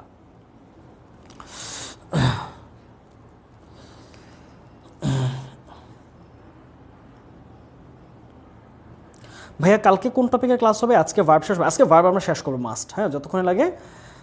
আর নেক্সট ক্লাস হবে হচ্ছে আমাদের, ভাইয়া আইএলটিএস দিকে অ্যাব্রোড চলে যাবেন নাকি? প্ল্যান আছে আমার মাস্টার্স করতে যাওয়ার জন্য, ব্রিটেন যাওয়ার হয়তো প্ল্যান আছে, তারপর টাকা পয়সা বিষয় আছে, স্কলারশিপের আছে, যাই হোক, সেগুলো অন্য আলোচনা। আসো আমরা এইখানে একটু আলোচনাটা করি, হ্যাঁ, তাহলে একটু দেখো, steps take to preserve the beauty of the famous beach. Beach মানে হচ্ছে সৈকত, সমুদ্র সৈকত। তাহলে কথাটা কি বলেছে বোঝার চেষ্টা করো। স্টেপস মানে পদক্ষেপ, তাহলে এটাকে অ্যাক্টিভ হবে না প্যাসিভ হবে? সেন্টেন্সটা দেখেই বোঝার কথা। খেয়াল করো, পদক্ষেপ নিজে নিজে নিবে টু প্রিজার্ভ, প্রিজার্ভ মানে সংরক্ষণ করা, the beauty of the famous beach. তারা আমাদের কুয়াকাটা, সমুদ্র সৈকত যাই হোক, সেই সমুদ্র সৈকত রক্ষা করার জন্য পদক্ষেপ নিজে নিজে নিবে নাকি পদক্ষেপ নেওয়া উচিত? একটা প্রশ্ন গেল। But it is constantly being, দেখো ইজ বিং, তাহলে তুমি ধরতে পারতেছো এটা কন্টিনিউয়াস আর প্যাসিভ, তার মানে তোমাকে শুধু ভার্বটা বসাইতে বলছে। তাহলে এখানে তোমার বইলাই দিছে ইজ আর বিং, ওই যে ভাই লিখছি না, প্রেজেন্ট কন্টিনিউয়াসে ইজ বিং প্লাস V3। এটা অ্যান্সার কী হবে তোমরা বুঝতে পারতেছো। 3 number, the poor students can dash under বা bring under food for education program. Food for education, শিক্ষার জন্য খাদ্য, এই প্রোগ্রামের আন্ডারে গরিব ছেলেমেয়েরা নিজেরা কাউকে আনতে পারে নাকি গরিব ছেলেমেয়েদেরকে আনা যেতে পারে বা আনা উচিত? তাহলে অর্থটা এরকম যে শিক্ষার্থীরা, গরিব ছেলেমেয়েরা পড়াশোনা করতে পারে না, তাদের খাবার নাই বা তারা পরিবার থেকে তাদের ভালো সাপোর্ট দেয় না, এমন যদি করে যে ছেলে মেয়েদেরকে এমন একটা ব্যবস্থায় আনা যায় যে পড়াশোনা করলে খাবার পাবা স্কুল থেকেই, এটাই বলেছে যে the poor students can. Already modal দেওয়া আছে, আমি বলেছি মোডাল এপিসিভ কীভাবে করা লাগে, দেখো এই যে এই জায়গায় বলে দিয়েছি, জাস্ট আলোচনা করেছি, এখানে অ্যান্সার তুমি অ্যান্সার করবে, আমি করে দিব না, তোমরা করতে শিখো। ক্যান ব্রিং দেওয়া আছে, তাহলে ব্রিং অর্থ আনা, তাহলে গরিব ছেলেমেয়েরা কাউকে এই প্রোগ্রামে আনবে নাকি তারা নিজেরাই আসবে বা তাদেরকে আনা যেতে পারে? গেল। All concerned, all concerned, concern মানে হচ্ছে সম্পৃক্ত, সম্পৃক্ত ব্যক্তিরা আর কি, সম্পৃক্ত। All concerned dash be conscious about it. Dash be, তুমি কি শুধু বি দিতে পারবা নাকি কি দিবা? ওকে, তাহলে এটা মোডালের অ্যাক্টিভ হবে সেন্টেন্সটা, হ্যাঁ, মোডালের অ্যাক্টিভ হবে, যেহেতু এটা অল কনসার্ন, ব্যক্তিরা হচ্ছে কাজটা করতে পারে, তারাই সতর্ক হইতে হবে, তাই না? তাই যেহেতু কাজটা করতে পারে ব্যক্তিরা, তাই এটা অ্যাক্টিভ সেন্টেন্স হবে, তবে মোডালসের হবে বাক্যটা। Mills and factories can be, তাহলে আবার দেখো মোডালের ক্যান বি থাকলে কি হয়? প্যাসিভ অলরেডি বলে দিছে এখানে, তাহলে তুমি কি করবা, করে ফেলো এখানে। সাবসিডিজ মাস্ট, সাবসিডি মানে হচ্ছে ভর্তুকি, সাবসিডি মানে কি? ভর্তুকি। ভর্তুকি মাস্ট গিভ, ভর্তুকি, এই যে দেখো এটা যদি অ্যাক্টিভ রাখো মাস্ট গিভ, তাহলে অর্থ হচ্ছে ভর্তুকি নিজে দিতে হবে। ভর্তুকি জিনিসটা তো অন্য কেউ দিতে হয়, ভর্তুকি এবার নিজে নিজে কেমনে দেয়? ভর্তুকি তো কোনো ব্যক্তি না, সরকার না, মানুষ না, তাহলে ভর্তুকি মাস্ট গিভ দিলে ইন দ্য এডুকেশন সেক্টর অর্থ দাঁড়াচ্ছে ভর্তুকি নিজে নিজেকে দিবে শিক্ষাক্ষেত্রে। তুমি যদি প্যাসিভ করো তাহলে অর্থটা দাঁড়ায় শিক্ষাক্ষেত্রে ভর্তুকি অবশ্যই দিতে হবে। দেখি তোমরা অ্যান্সার করো, এখানে আমরা অ্যান্সার দিয়ে দিলাম 1 2 3, এই তিনটাকে 4 5 6। দেখা যাক তোমরা একটু অ্যান্সার করো, তোমরা নিজে নিজেরা করতে শিখো। আমার কাজই তোমাদেরকে তৈরি করা।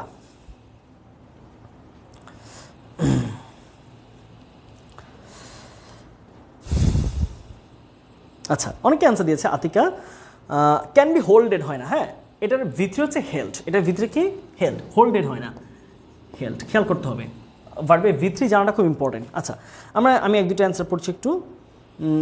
ভাইয়া, পেসিভ আর পেসিভ কন্টিনিউয়াস কীভাবে বুঝবো? পেসিভ আর মানে তুমি বলতেছো অ্যাক্টিভের কন্টিনিউয়াস আর পেসিভের কন্টিনিউয়াস। ওই যে এই উদাহরণটা কোথায়, ওই যে ফাহাদ কোথায়, ফাহাদ কাজটি যদি করতে পারে, সাবজেক্ট যদি কাজটা কাটতে পারে তাহলে সেটা অ্যাক্টিভ। আর গাছটি কাটা হচ্ছে, এরকম যদি বাংলা বাক্যটা হয়, তুমি কথা বলার সময় বলা যে আম্মু খাবার কি রান্না করা হয়েছে, তাহলে খাবার কি রান্না করা হয়েছে, রান্না কিন্তু খাবার করে না। কি বলবা? Has food been cooked, has food been cooked, খাবার কি রান্না করা হয়েছে। যদি বলো আম্মু তুমি কি খাবার রান্না করেছো, তাহলে প্রশ্ন কি হবে? Mum have you cooked rice, have you cooked food, তুমি কি করেছো, তখন অ্যাক্টিভ। খাবার কি রান্না করেছে, has food been cooked, has food been cooked. Okay, আচ্ছা আসো একটু সবাই একটু অ্যান্সারগুলো আমি দেখি, তারপরে যাচ্ছি।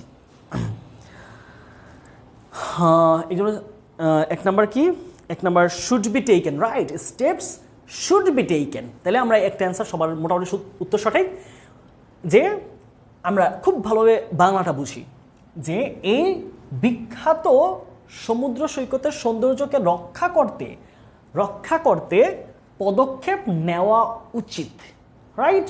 তাহলে পদক্ষেপ নিজে নিবে না, পদক্ষেপ নেওয়া উচিত, তাহলে অবশ্যই প্যাসিভ সেন্টেন্সটা। স্টেপস শুড, মুডালের ক্ষেত্রে প্যাসিভ কি, শুড প্লাস বি প্লাস ভি3, তাহলে should be taken. Okay, 2 number, but it is constantly being, তাহলে ইজও দেওয়া আছে, বিং দেওয়া আছে, তাহলে কোথায় হবে খেয়াল করো তো, প্রেজেন্ট কন্টিনিউয়াসের passive. But it is constantly being polluted in many ways, এটা ধরো হচ্ছে আমাদের বায়ুর কথা, ধরো বায়ু, এটা ধরো বায়ু, হ্যাঁ। তাহলে বলেছে কি ইট ইজ কনস্ট্যান্টলি, অনবরত, সব সময়, ইজ বিং, তুমি কি পলিউট দিবা বা পলিউটিং মানে হচ্ছে এইটা বায়ুটা নিজে নিজে বিভিন্নভাবে কাউকে দূষিত করছে, এমনটা তো না। বায়ু তো বিশুদ্ধ, বরং বায়ুটা বিভিন্নভাবে দূষিত হচ্ছে, তার মানে অন্য কেউ করতেছে কাজটা। মিল ফ্যাক্টরি, ইটের কারখানা, তারপর হচ্ছে যে কোনোভাবে গাড়ির ধোয়া, তাহলে এটাকে পেসিভে। তাহলে ইজ বিং প্লাস ভি3 continuous passive, is being polluted. Okay, done. তারপর আসো, দ্য পুয়ার স্টুডেন্টস ক্যান, এটার আনসার কি হবে বলো তো দেখি। শাহিন রাজা বলেছে can be brought, right Shahin, good.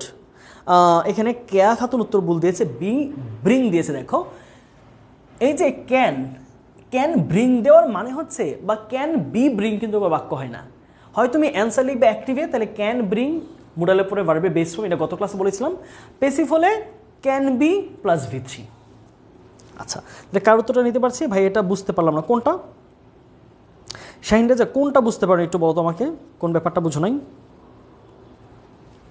না বুঝলে আমাকে আরেকবার একটু কমেন্ট করো, কোন প্রশ্নটা বুঝো না, আমি তোমার এই যে যাচ্ছে না। আচ্ছা, বি ব্রট, রাইট, এটা তাহলে কি হবে, can be brought, can be brought. Okay, all concerned should be, তাহলে all concern should be conscious about it. Conscious হচ্ছে সতর্ক হওয়া, সচেতন হওয়া, তাহলে সবাইকে এটা সম্বন্ধে সচেতন হওয়া উচিত। তাহলে তুমি এখানে অল কনসার্ন মাস্ট বি দিতে পারো, শুড বি দিতে পারো, তোমার যেটা প্রেফারেবল হয়। যদি মনে করো যে এটা হওয়া উচিত, হালকা পাতলা বললেই হচ্ছে। তুমি যদি বলো না এই বিষয়ে তোমাদের অবশ্যই সচেতন হইতে হবে, যারা এখানে জড়িত আছে তাদেরকে সতর্ক হইতে হবে, তাহলে এক্ষেত্রে হচ্ছে একটু মাস্ট হবে। অল কনসার্ন শুড বি, অথবা বাকি অংশ দেওয়াই আছে, অথবা মাস্ট বি। এটা কিন্তু অ্যাক্টিভ সেন্টেন্স, ঠিক আছে, মানে মোডাল প্লাস ভার্বে বেস ফর্ম। শাহিন, প্রথমটা বুঝো না। আচ্ছা, প্রথমটা আমি আরেকটু আলোচনা করবো, আমরা শেষ করি সবগুলো, আমরা প্রথমটাকে আরেকবার একটু নিয়ে আসবো। হ্যাঁ,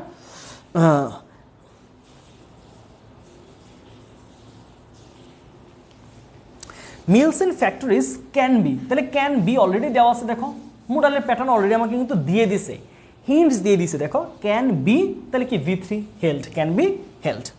সাবসিডিজ মাস্ট গিভ মানে হচ্ছে ভর্তুকি নিজে নিজে দিবে কাউকে, ভর্তুকি জিনিসটা তোকে কাউকে দিতে পারে না, মানে ভর্তুকির কি দেওয়ার মতো ক্ষমতা আছে?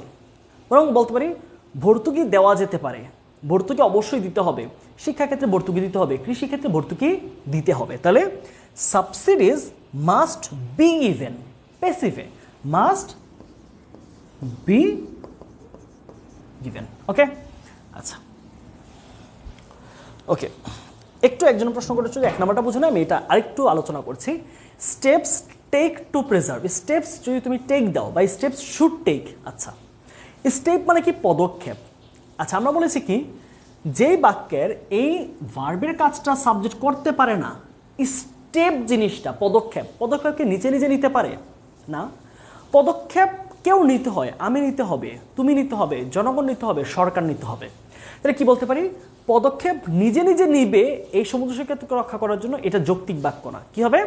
এই সমুদ্র সৈকতের সৌন্দর্যকে বাঁচানোর জন্য পদক্ষেপ নেওয়া উচিত। তাহলে যেহেতু পদক্ষেপ নিজে নিজে নিতে পারে না, তাহলে পদক্ষেপটা অন্য কেউ নেয়, তাহলে সেন্টেন্সের ভার্বের কাজ সাবজেক্ট করতে পারছে না, তার মানে এটা একটা প্যাসিভ সেন্টেন্স। তাই আমি শুড টেক না দিয়ে কি নিয়েছি? Should be taken. এই যে মোডালসের প্যাসিভ, শুড বা মোডাল, যে কোনো মোডাল প্লাস বি প্লাস ভি3। দেখো মোডালের মাস্ট বি ভি3, শুড বি এটা অ্যাক্টিভ, ক্যান বি ব্রট ভি3, steps should be taken. Okay, আশা করছি এই পেজটা তোমাদের ক্লিয়ার হয়েছে। আসো আমরা মোডালসে কিছু অ্যাক্টিভ আর প্যাসিভ সেন্টেন্স একটু খেয়াল করি। মোডালস সম্বন্ধে আমরা আলোচনা আরও একটু বাকি আছে। আচ্ছা, আমি একটু পানি পান করে নিই, ঠিক আছে? 1 মিনিট, আমি একটু পানি পান করব।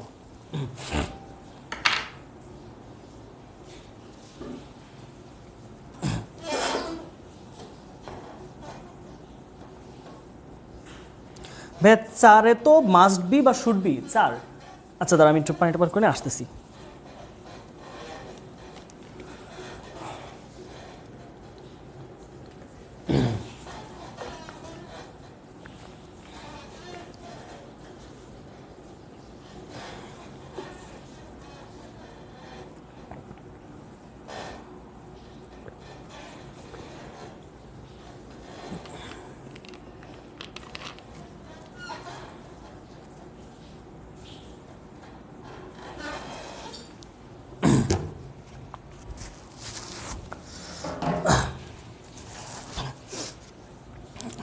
চার নম্বর প্রশ্ন কোনটা কে করেছো একটু দেখি তো, লাস্ট 4 কনসার্ন, হ্যাঁ শুড বি মাস্ট বি দুইটাই রাইট। আসো আমরা মোডালসের প্যাসিভ কিভাবে করতে হয় সেটা আমরা বুঝেছি, মোডালসের অ্যাক্টিভটা কি করবা একটু খেয়াল করো।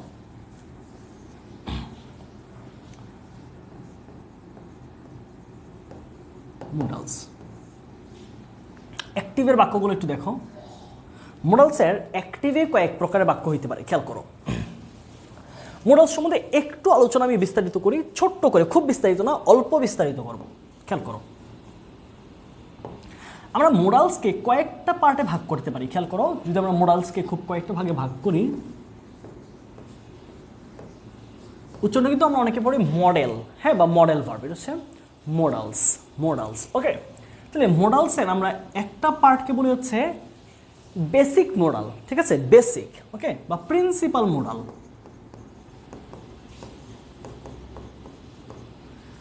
আর কিছুর নাম আছে হচ্ছে,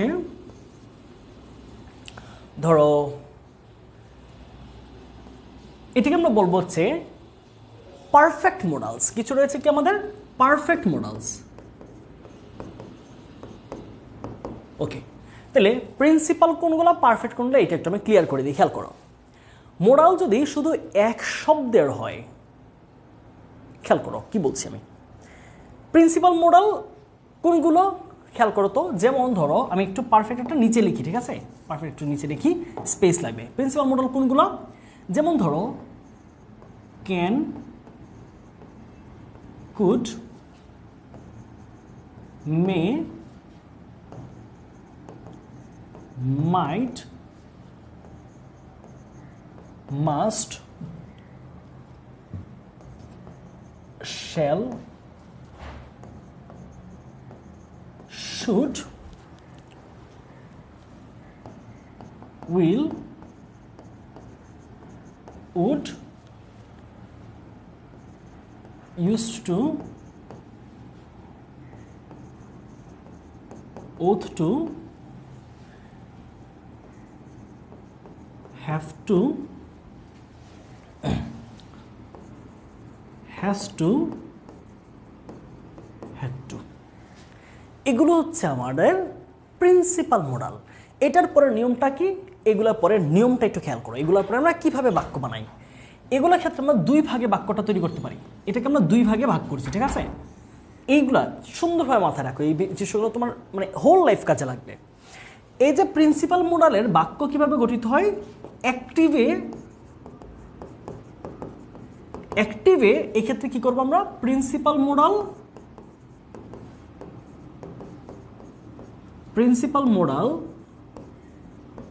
প্লাস V1 মানে আমি এটা কিন্তু সবসময় বলি ভার্বের বেস ফর্ম। ওকে, তাহলে প্রিন্সিপাল মডাল যদি অ্যাক্টিভে হয়, অর্থাৎ সাবজেক্টটা ওই বাক্যের কাজ করতে পারে, তাহলে তুমি কি করবা, প্রিন্সিপাল মডালের উপরে সরাসরি ভার্বের বেস ফর্ম বসাবা। আর যদি সেটা প্যাসিভে হয়, ঠিক আছে, কি হয়, সেটা যদি প্যাসিভে হয়, প্যাসিভ হলে কি করবা, এই প্রিন্সিপাল মডালের ক্ষেত্রে প্রিন্সিপাল মডাল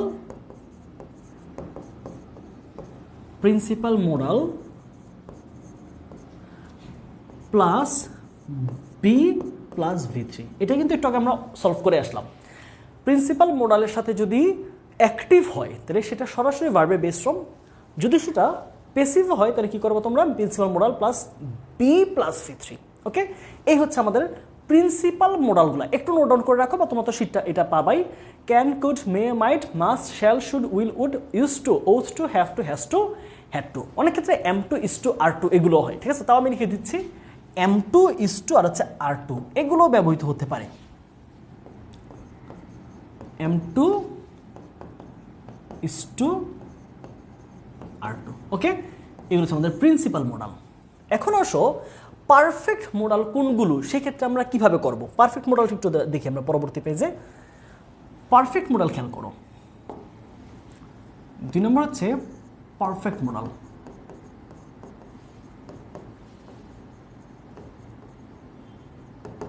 পারফেক্ট মডাল মনে রাখবা যে এদের পরে হ্যাভ থাকবে, ঠিক আছে? Shall have, will have, can have, could have, may have, might have, must have, should have. খেয়াল করো কি বলছি, পারফেক্ট মডালের পরে সবসময় শেষে একটা হ্যাভ থাকবে।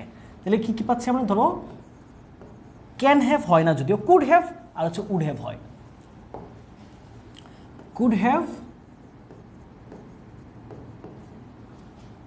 উড হ্যাভ, উড হ্যাভও হয় না, should have. Could have, should have, may have, must have,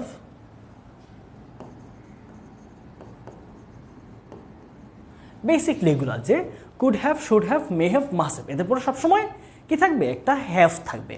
তাহলে এইসব ক্ষেত্রে আমরা কি করব, এইসব ক্ষেত্রে আমরা আবার দুইটা প্যাটার্ন ফলো করব। খেয়াল করো তো, যদি অ্যাক্টিভ হয় তাহলে একটা প্যাটার্ন, প্যাসিভ হলে আরেকটা প্যাটার্ন। যদি বাক্যের সাবজেক্ট কাজ করতে পারে, অ্যাক্টিভ হয়, তাহলে অ্যাক্টিভের ক্ষেত্রে আমাদের প্যাটার্ন হচ্ছে কি, পারফেক্ট মডালস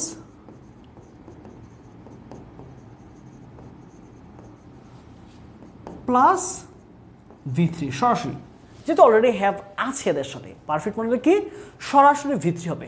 যদিও এগুলো প্রশ্ন খুব একটা আসবে না, আমি তোমাদের বেসিকের জন্য এগুলো দিয়ে দিচ্ছি। আর পেসিভের ক্ষেত্রে কি হবে, পেসিভের ক্ষেত্রে পারফেক্ট মডেলের সাথে হচ্ছে একটা বিন যুক্ত করতে হবে, জাস্ট হ্যাভের সাথে একটা বিন। তাহলে কি পাচ্ছি আমরা, perfect models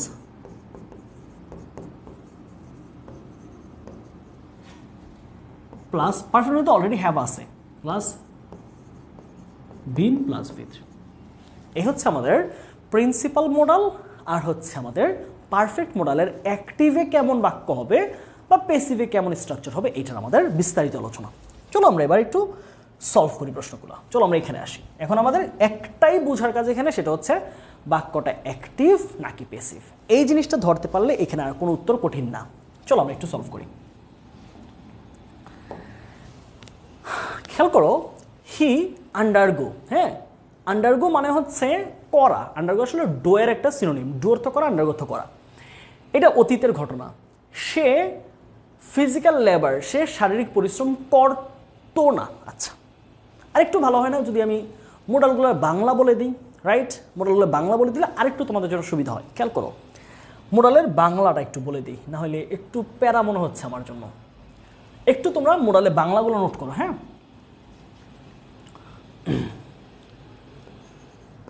can, could, will,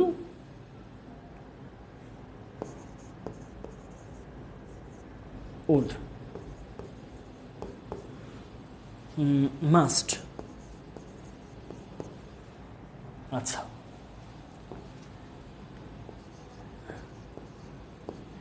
use to অথবা উড, এইগুলো জানলে আশা করি উচিত হয়ে যাবে। আর এটা হচ্ছে শুড। আচ্ছা, খেয়াল করো কোনটার মিনিং কি। কেন মানে হচ্ছে পারি অথবা পারবো, পারি অথবা পারবো। যেমন I can do the work, আমি কাজটা করতে পারি। I can do the work, আমি কাজটা করতে পারবো। I could do the work, আমি কাজটা করতে পারতাম। এটা আসলে সামর্থ্য বোঝায়, কারণ সামর্থ্য। আচ্ছা, তাহলে আরো কি আছে আমাদের? কুড মানে পারতাম, অতীতের সামর্থ্য। পারতাম, এটা হচ্ছে অতীত সামর্থ্য।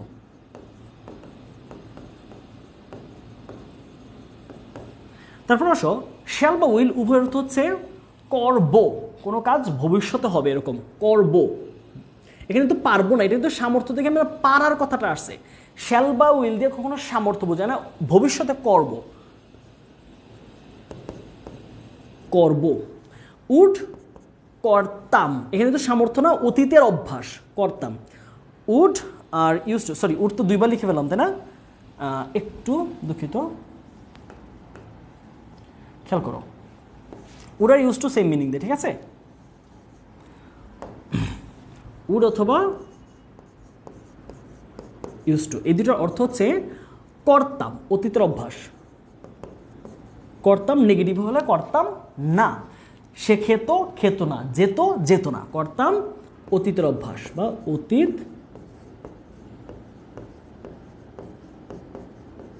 অভ্যাস। মাস্ট অর্থ হচ্ছে অবশ্যই করি অথবা অবশ্যই করব, অবশ্যই করি, করি এটা ফিউচার, প্রেজেন্ট এবং ফিউচার এটার মতোই, প্রেজেন্ট ফিউচার, প্রেজেন্ট ফিউচার দুইটা মিনিং নিতে পারি। অবশ্যই করি বা করব, শুধু ক্যান দিয়ে হচ্ছে সামর্থ্য আসা। আরেকটা অর্থ বাকি আছে আমাদের, সেটা কি? মে মাইট। হ্যাঁ, মে হচ্ছে করতেও পারি, সম্ভাবনা, করতেও পারি, করতেও পারি বা পারবো। প্রেজেন্ট ফিউচার দুইটা মিনিং দেয় মে, তবে এটা হচ্ছে সম্ভাবনা বোঝায়, কম সম্ভাবনা। আর মাইট অর্থ হচ্ছে করতেও পারতাম। মাইট কি দাঁড়ায় আমাদের অর্থ? করতেও পারতাম।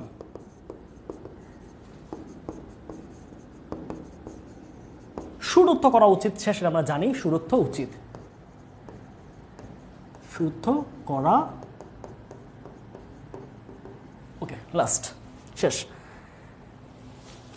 অনেক আলোচনা বর্ধিত হয়ে গেছে, আমরা এবার একটু ফিরে আসি। হ্যাঁ, আলোচনা মনে অনেক দূর চলে গেছে। তোমাদের কি বোর্ড লাগতেছে?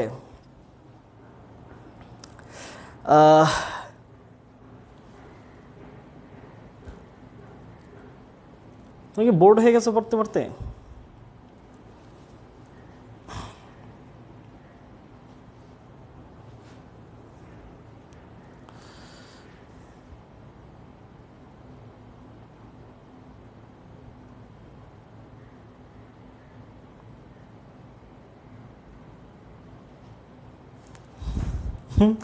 ইংলিশ ক্লাস আমরা বাংলা মানবো না, বাট আমি বাংলায় বলছি, ইংলিশ বলবেন আপনি, পানি খাবেন ভাইয়া। আচ্ছা আচ্ছা আচ্ছা, লাইফে কখনো এত কনফিডেন্টলি ভার্ব শিখি নাই। থ্যাংকস ভাই, thank you very much, I am placed.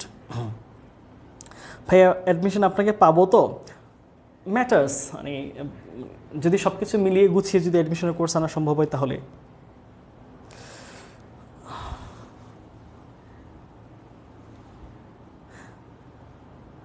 চলো আমরা আস্তে আস্তে শেষের দিকে আসছি, ঠিক আছে? আমাদের ক্লাসের অলমোস্ট শেষের দিকে আমরা চলে আসতেছি। ওকে। চলো আমরা একটু এই ব্যাপারগুলো শেষ করি, আমরা আর 1-2টা স্লাইড থাকবে সেগুলো আমরা করব।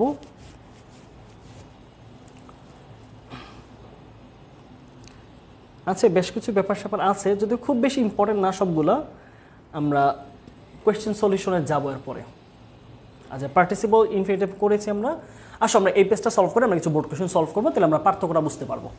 চলো, he not undergo physical exercise বা ফিজিক্যাল লেবার, সে শারীরিক পরিশ্রম করতো না, তাহলে এটার অর্থ কি দাঁড়াবে? সে শারীরিক পরিশ্রম করতো না, তাহলে খেয়াল করো 1 নম্বর, এটা হচ্ছে অ্যাক্টিভ হবে উত্তরটা। খেয়াল করো, এই যে সেই তো করতো না, তাই না? তাহলে সে যদি না করে তাহলে এটা হচ্ছে আবার অতীতের অভ্যাস, তার অতীতে করতো বা করতো না, উভয় তো অভ্যাস বদভ্যাস যাই বলি। তাহলে সাবজেক্টটা কাজটা করতে পারে, সে অ্যাক্টিভ বাক্য হবে, আবার এটা অতীতের অভ্যাস, তাহলে কোনটা হবে তোমরা উত্তর আশা করে দিতে পারবা। ওকে, otherwise we dash suffer a লট, অন্যথায় আমরা অনেক বেশি ভুগবো। ভবিষ্যতে কিছু একটা হওয়া, বাংলা লিখে দিয়েছি একটু আগে। All of us dash adore the great man of the world, পৃথিবীর সবচেয়ে ভালো মানুষগুলো বা সবচেয়ে মহান মানুষগুলোর আমাদের সম্মান করা উচিত। ওকে, বাট এভরিবডি শুড, দেওয়া আছে ভার্ব, কি দিবা? এটা কি প্রিন্সিপাল ভার্ব? দেখো আমরা বলেছি প্রিন্সিপাল ভার্ব আর হচ্ছে পারফেক্ট ভার্ব। তাহলে প্রিন্সিপালের পরে কি হবে সেটা তোমরা জানো। তারপর আসি, we dash lead a healthy and prosperous life only when we, আমরা একটা খুব সুখী এবং সুন্দর সুখী জীবনযাপন করতে পারবো only when we follow the routine which we make for our guidance, আমাদের নিজেদের গাইড করার জন্য আমরা নিজের যে রুটিন মেনটেন বানাই সেটা যদি ফলো করি তবেই আমরা একটা সুন্দর সুস্বাস্থ্যবান জীবন এটা কাটাতে পারবো। একে একে আসি, তোমরা উত্তর করো। ভাইয়া আপনার কাছে অফলাইনে পড়তে পারবো কি? অফলাইনে পড়লে কিন্তু অনেক সেরা হইতো। হ্যাঁ, অফলাইনে পড়লে আমারও ভালো লাগে অনেক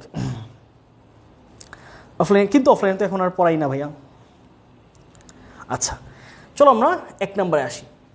হি ড্যাশ ফিজিক্যাল লেবার, কি হবে বলো? সে শারীরিক, ওই যে একটা রাজা ছিল দেখো না, সে অনেক বেশি মোটা হয়ে গেছে, সে কোনো পরিশ্রম করতো না, এরকম একটা ব্যাপার ছিল। সে কোনো শারীরিক পরিশ্রম করতো না, তাহলে এটা কি হবে?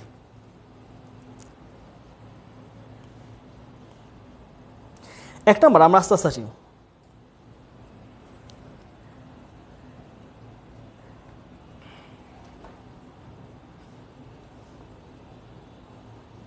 হ্যাঁ, তুলি একটা সুন্দর কমেন্ট করেছে, তোমরা চাইলে তুলির কমেন্টটা পড়তে পারো। হ্যাঁ, হুমায়রা তুলি, যদিও এটা আমাকে প্রশংসা করেছে, আমার প্রশংসা আসলে আমি হাইলাইট করা উচিত না। তারপর ব্যাপারটা অনেক মজার, যে আসলে একটা কথা আমি শুধু তুলির লিখি, একটা লাস্টে বাক্যটা পড়ি, সেটা হচ্ছে তুলি একটা কথা লিখেছে, সেটা আমি পুরোটা কথা বলছি না, ও কি লিখেছে যে ইংলিশ রাইট ফর্ম ভার্ব আগে অনেক মুখস্থ করতে হইতো, কিন্তু ওর এখন ভালো লাগতেছে, কারণ কি ও এখন বুঝতেছে আসলে বাংলা অর্থটা যেখানে ম্যাটার করে।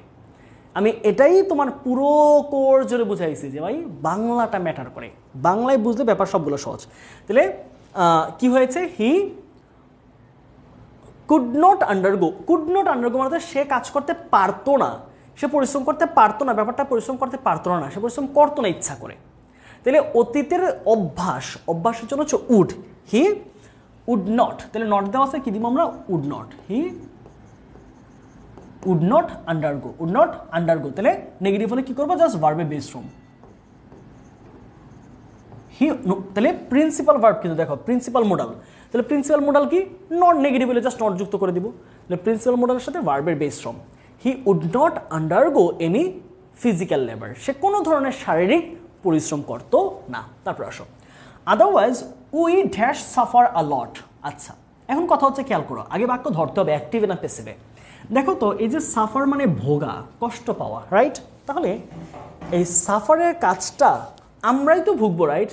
তাহলে কিন্তু এই সেন্টেন্স কিন্তু প্যাসিভ না, এইটাও অ্যাক্টিভ ছিল, এটাও কিন্তু অ্যাক্টিভেরই একটা সেন্টেন্স। তাহলে অন্যথায় আমরা যদি শারীরিক পরিশ্রম না করি, অন্যথায় আমরা ভুগবো, ভবিষ্যতে কিছু একটা ঘটবে, তাহলে কি হবে অ্যান্সার দেখি তো? 2 নাম্বার, রাইট, এই তো সুন্দর, we will suffer, will be না। আচ্ছা, প্রধান দিয়েছে এমডি মামুন, প্রধান দিয়েছে উইল বি কেন? দেখো আমাদের প্রিন্সিপাল মোডাল কিন্তু আমি কোনো বি দিই নেই, খেয়াল করো প্রিন্সিপাল মোডাল কোথায় আমাদের? এই যে দেখো, কোথাও কি আমি উইল বি দিয়েছি? উইল শুধু, এইটা কিন্তু খুব গুরুত্বপূর্ণ, এখানে বলে দিয়েছে আমি ব্যাপারটা যে কাজে লাগবে। উইল শুধু, উইল অথবা শ্যাল, বিনা। আচ্ছা, তাহলে এটা কি হবে? Will suffer, we will suffer a lot, we will suffer. তাহলে প্রিন্সিপাল মোডাল প্লাস ভার্বের base form, we will suffer a lot, আমরা অনেক ভুগবো।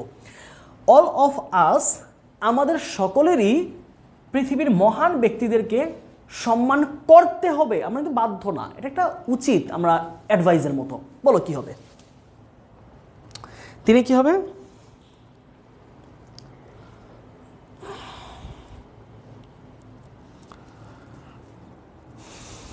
রাইট, নাফিজা বলেছে should adore, good Nafiza, right.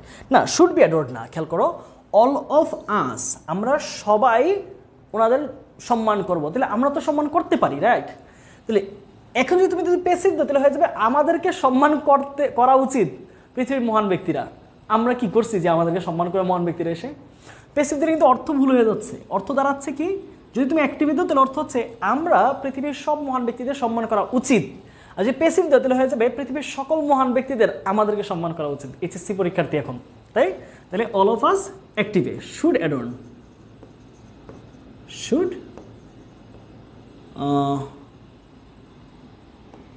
adore. All of us should adore the great man of the world.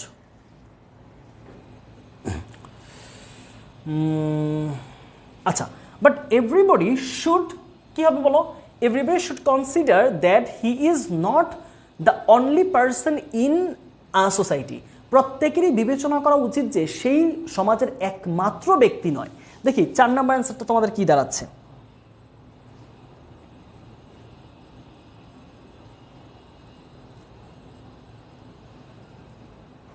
Should be considered কেন হবে খেয়াল করো তো, এভরিবডি তো সাবজেক্ট অ্যাক্টিভ, তাই বিবেচনা তো নিজেরাই তো করবে, যে প্রত্যেকেরই নিজের বিবেচনা করা উচিত যে সে একমাত্র সমাজের ব্যক্তি না, যে সে যা ইচ্ছা তা করবে। তার মানে কনসিডার করার কাজটা কিন্তু এভরিবডি, মানে প্রতিটা ব্যক্তি নিজেরা করতে পারে, নিজেরা বিবেচনা করতে পারে। তাহলে বিবেচনা যদি করতে পারে কোনো ব্যক্তি, তাহলে তো সেটাকে প্যাসিভ নেওয়ার প্রয়োজন নাই। কথাই বুঝতে পারছো কিনা? রাইট, এই যে অনেক কিন্তু কনসিডার দিছে, শুড বি কনসিডার দিলে কিন্তু এখন ভুল হচ্ছে। হ্যাঁ, এই জায়গাটা তোমাদের ক্লিয়ার হয় না, আমি আরেকবার বলছি ভাইয়া। পরীক্ষার প্রশ্নের সকল ভার্বকে, হ্যাঁ প্রশ্নগুলো সবসময় V1-এ থাকবে, প্রশ্নের মধ্যে বিশেষ করে সবগুলো মোটামুটি হচ্ছে V1-এই থাকবে, তোমাকে চেঞ্জ করে নিতে হবে। খেয়াল করো, অনেকে এখানে শুড বি কনসিডার দিচ্ছ, তাহলে কি অর্থ দাঁড়াচ্ছে? প্রত্যেককে মনে করানো উচিত যে he is not the only person in a society. প্রত্যেককে এটা বিবেচনা করানো উচিত, এটা তো জোর জবরদস্তি না, এটা বলছে যে শুড দিয়েছে যেহেতু, তার মানে জোর জবরদস্তি না। শুড কখন ইউজ করি? যখন কাউকে পরামর্শ দিয়ে, একটা অ্যাডভাইস, যে প্রত্যেকেরই এটা বিবেচনা করা উচিত যে সে ওই সমাজের একমাত্র ব্যক্তি নয়। কিন্তু জোর জবরদস্তি যখন হইতাম তখন কি বলতাম? এভরিবডি মাস্ট বি কনসিডার্ড, প্রত্যেককে এইটা বোঝাইতে হবে যে সে সমাজের একমাত্র ব্যক্তি না। বিষয়টা এরকমভাবে বলে নাই। তুমি কাউকে এভাবে জোর দিয়ে বলতে পারো না, সে একটা প্রবলেম করলো, সে স্মোক করলো রাস্তাঘাটে, তুমি বলতে পারো না তোকে ধৈরা পিটায়া বাইধা বোঝানো উচিত যে স্মোক করা উচিত না। তাহলে যে বিষয়টা একটা মানুষের ভাবার বিষয়, সেটা হচ্ছে সফটলি, তাহলে শুড আসতেছে। তাহলে এভরিবডি সাবজেক্ট কনসিডারের কাজটা করতে পারছে, তাহলে এভরিবডি শুড কনসিডার দ্যাট, প্রত্যেকেরই বিবেচনা করা উচিত যে he is not the only person in the society. তাহলে এটা কি হচ্ছে? অ্যাক্টিভে। তাহলে শুডের সাথে যেহেতু প্রিন্সিপাল মোডাল, তাহলে হচ্ছে ভার্বের বেস ফর্ম কনসিডার। ওকে, তারপর আসো, we can lead a healthy and prosperous life. We can, আমরা পারবো, উই ক্যান লিড, তাহলে প্রিন্সিপাল মোডালের সাথে কি হবে? ভার্বের বেস ফর্ম। তাহলে we can lead a healthy and prosperous life, আমরা একটা সুস্থ এবং উন্নত বা সমৃদ্ধ জীবন যাপন করতে পারবো। অনলি ওয়েন, একমাত্র যখন, উই কি হবে বলো দেখি, ওই দুটো অংশ তোমরা করো। লাস্ট, হ্যাঁ রুলসের দিকে আমরা প্রায় লাস্টের দিকে চলে এসেছি। আমরা এখন যাবো হচ্ছে আমাদের বোর্ড কোয়েশ্চেন সলিউশনের দিকে যাবো আমরা। আর বেশি রুলস প্রয়োজন হয় না, ঠিক আছে? আরও হাজার রুলস বই খুঁজলে পাবা, সবগুলো প্রয়োজন হয় না। কিছু কিছু কথা তো আমি যখন বোর্ড কোয়েশ্চেন সলভ করবো তখন আসবে, আরও বেশ কিছু কথাবার্তা হয়তো আসবে যেগুলা শুধু রুলস পড়ে জীবনে হবে না। টু বি ভেরি অনেস্ট, কিছু ব্যাপার আছে কখনোই রুলস পড়ে হয় না, এগুলো অনেক প্র্যাকটিসে আসা লাগে। এটা আমি যখন আসবে তখন করাবো আমি। আচ্ছা কি বলেছে, we can lead a healthy and prosperous life only when শুধুমাত্র তখন যখন we can follow the routine which we make for our right. অনেকে বলছে can follow right, only when we will follow, এখানে দুইটা অ্যান্সার রাইট, তিনটা answer right. আমরা একটা সুন্দর জীবন যাপন করতে পারবো যখন আমরা অনলি ওয়েন, এটা দুইটা অ্যান্সার হবে, অনলি ওয়েন উই ফলো অথবা উইল ফলো অথবা can follow.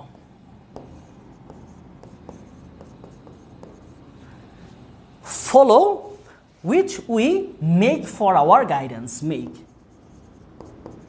Which we make for our guidance. তাহলে যেই রুটিনটা আমরা নিজেদের গাইডেন্সের জন্য পথ প্রদর্শন জন্য তৈরি করেছি, সেইটা যখন আমরা ফলো করি অথবা ফলো করব বা ফলো করতে পারি, তখনই আমরা একটা সুন্দর জীবন যাপন করতে পারবো। ঠিক আছে, ওকে, আমরা রুলসের খেলা একটু শেষের দিকে আসছি।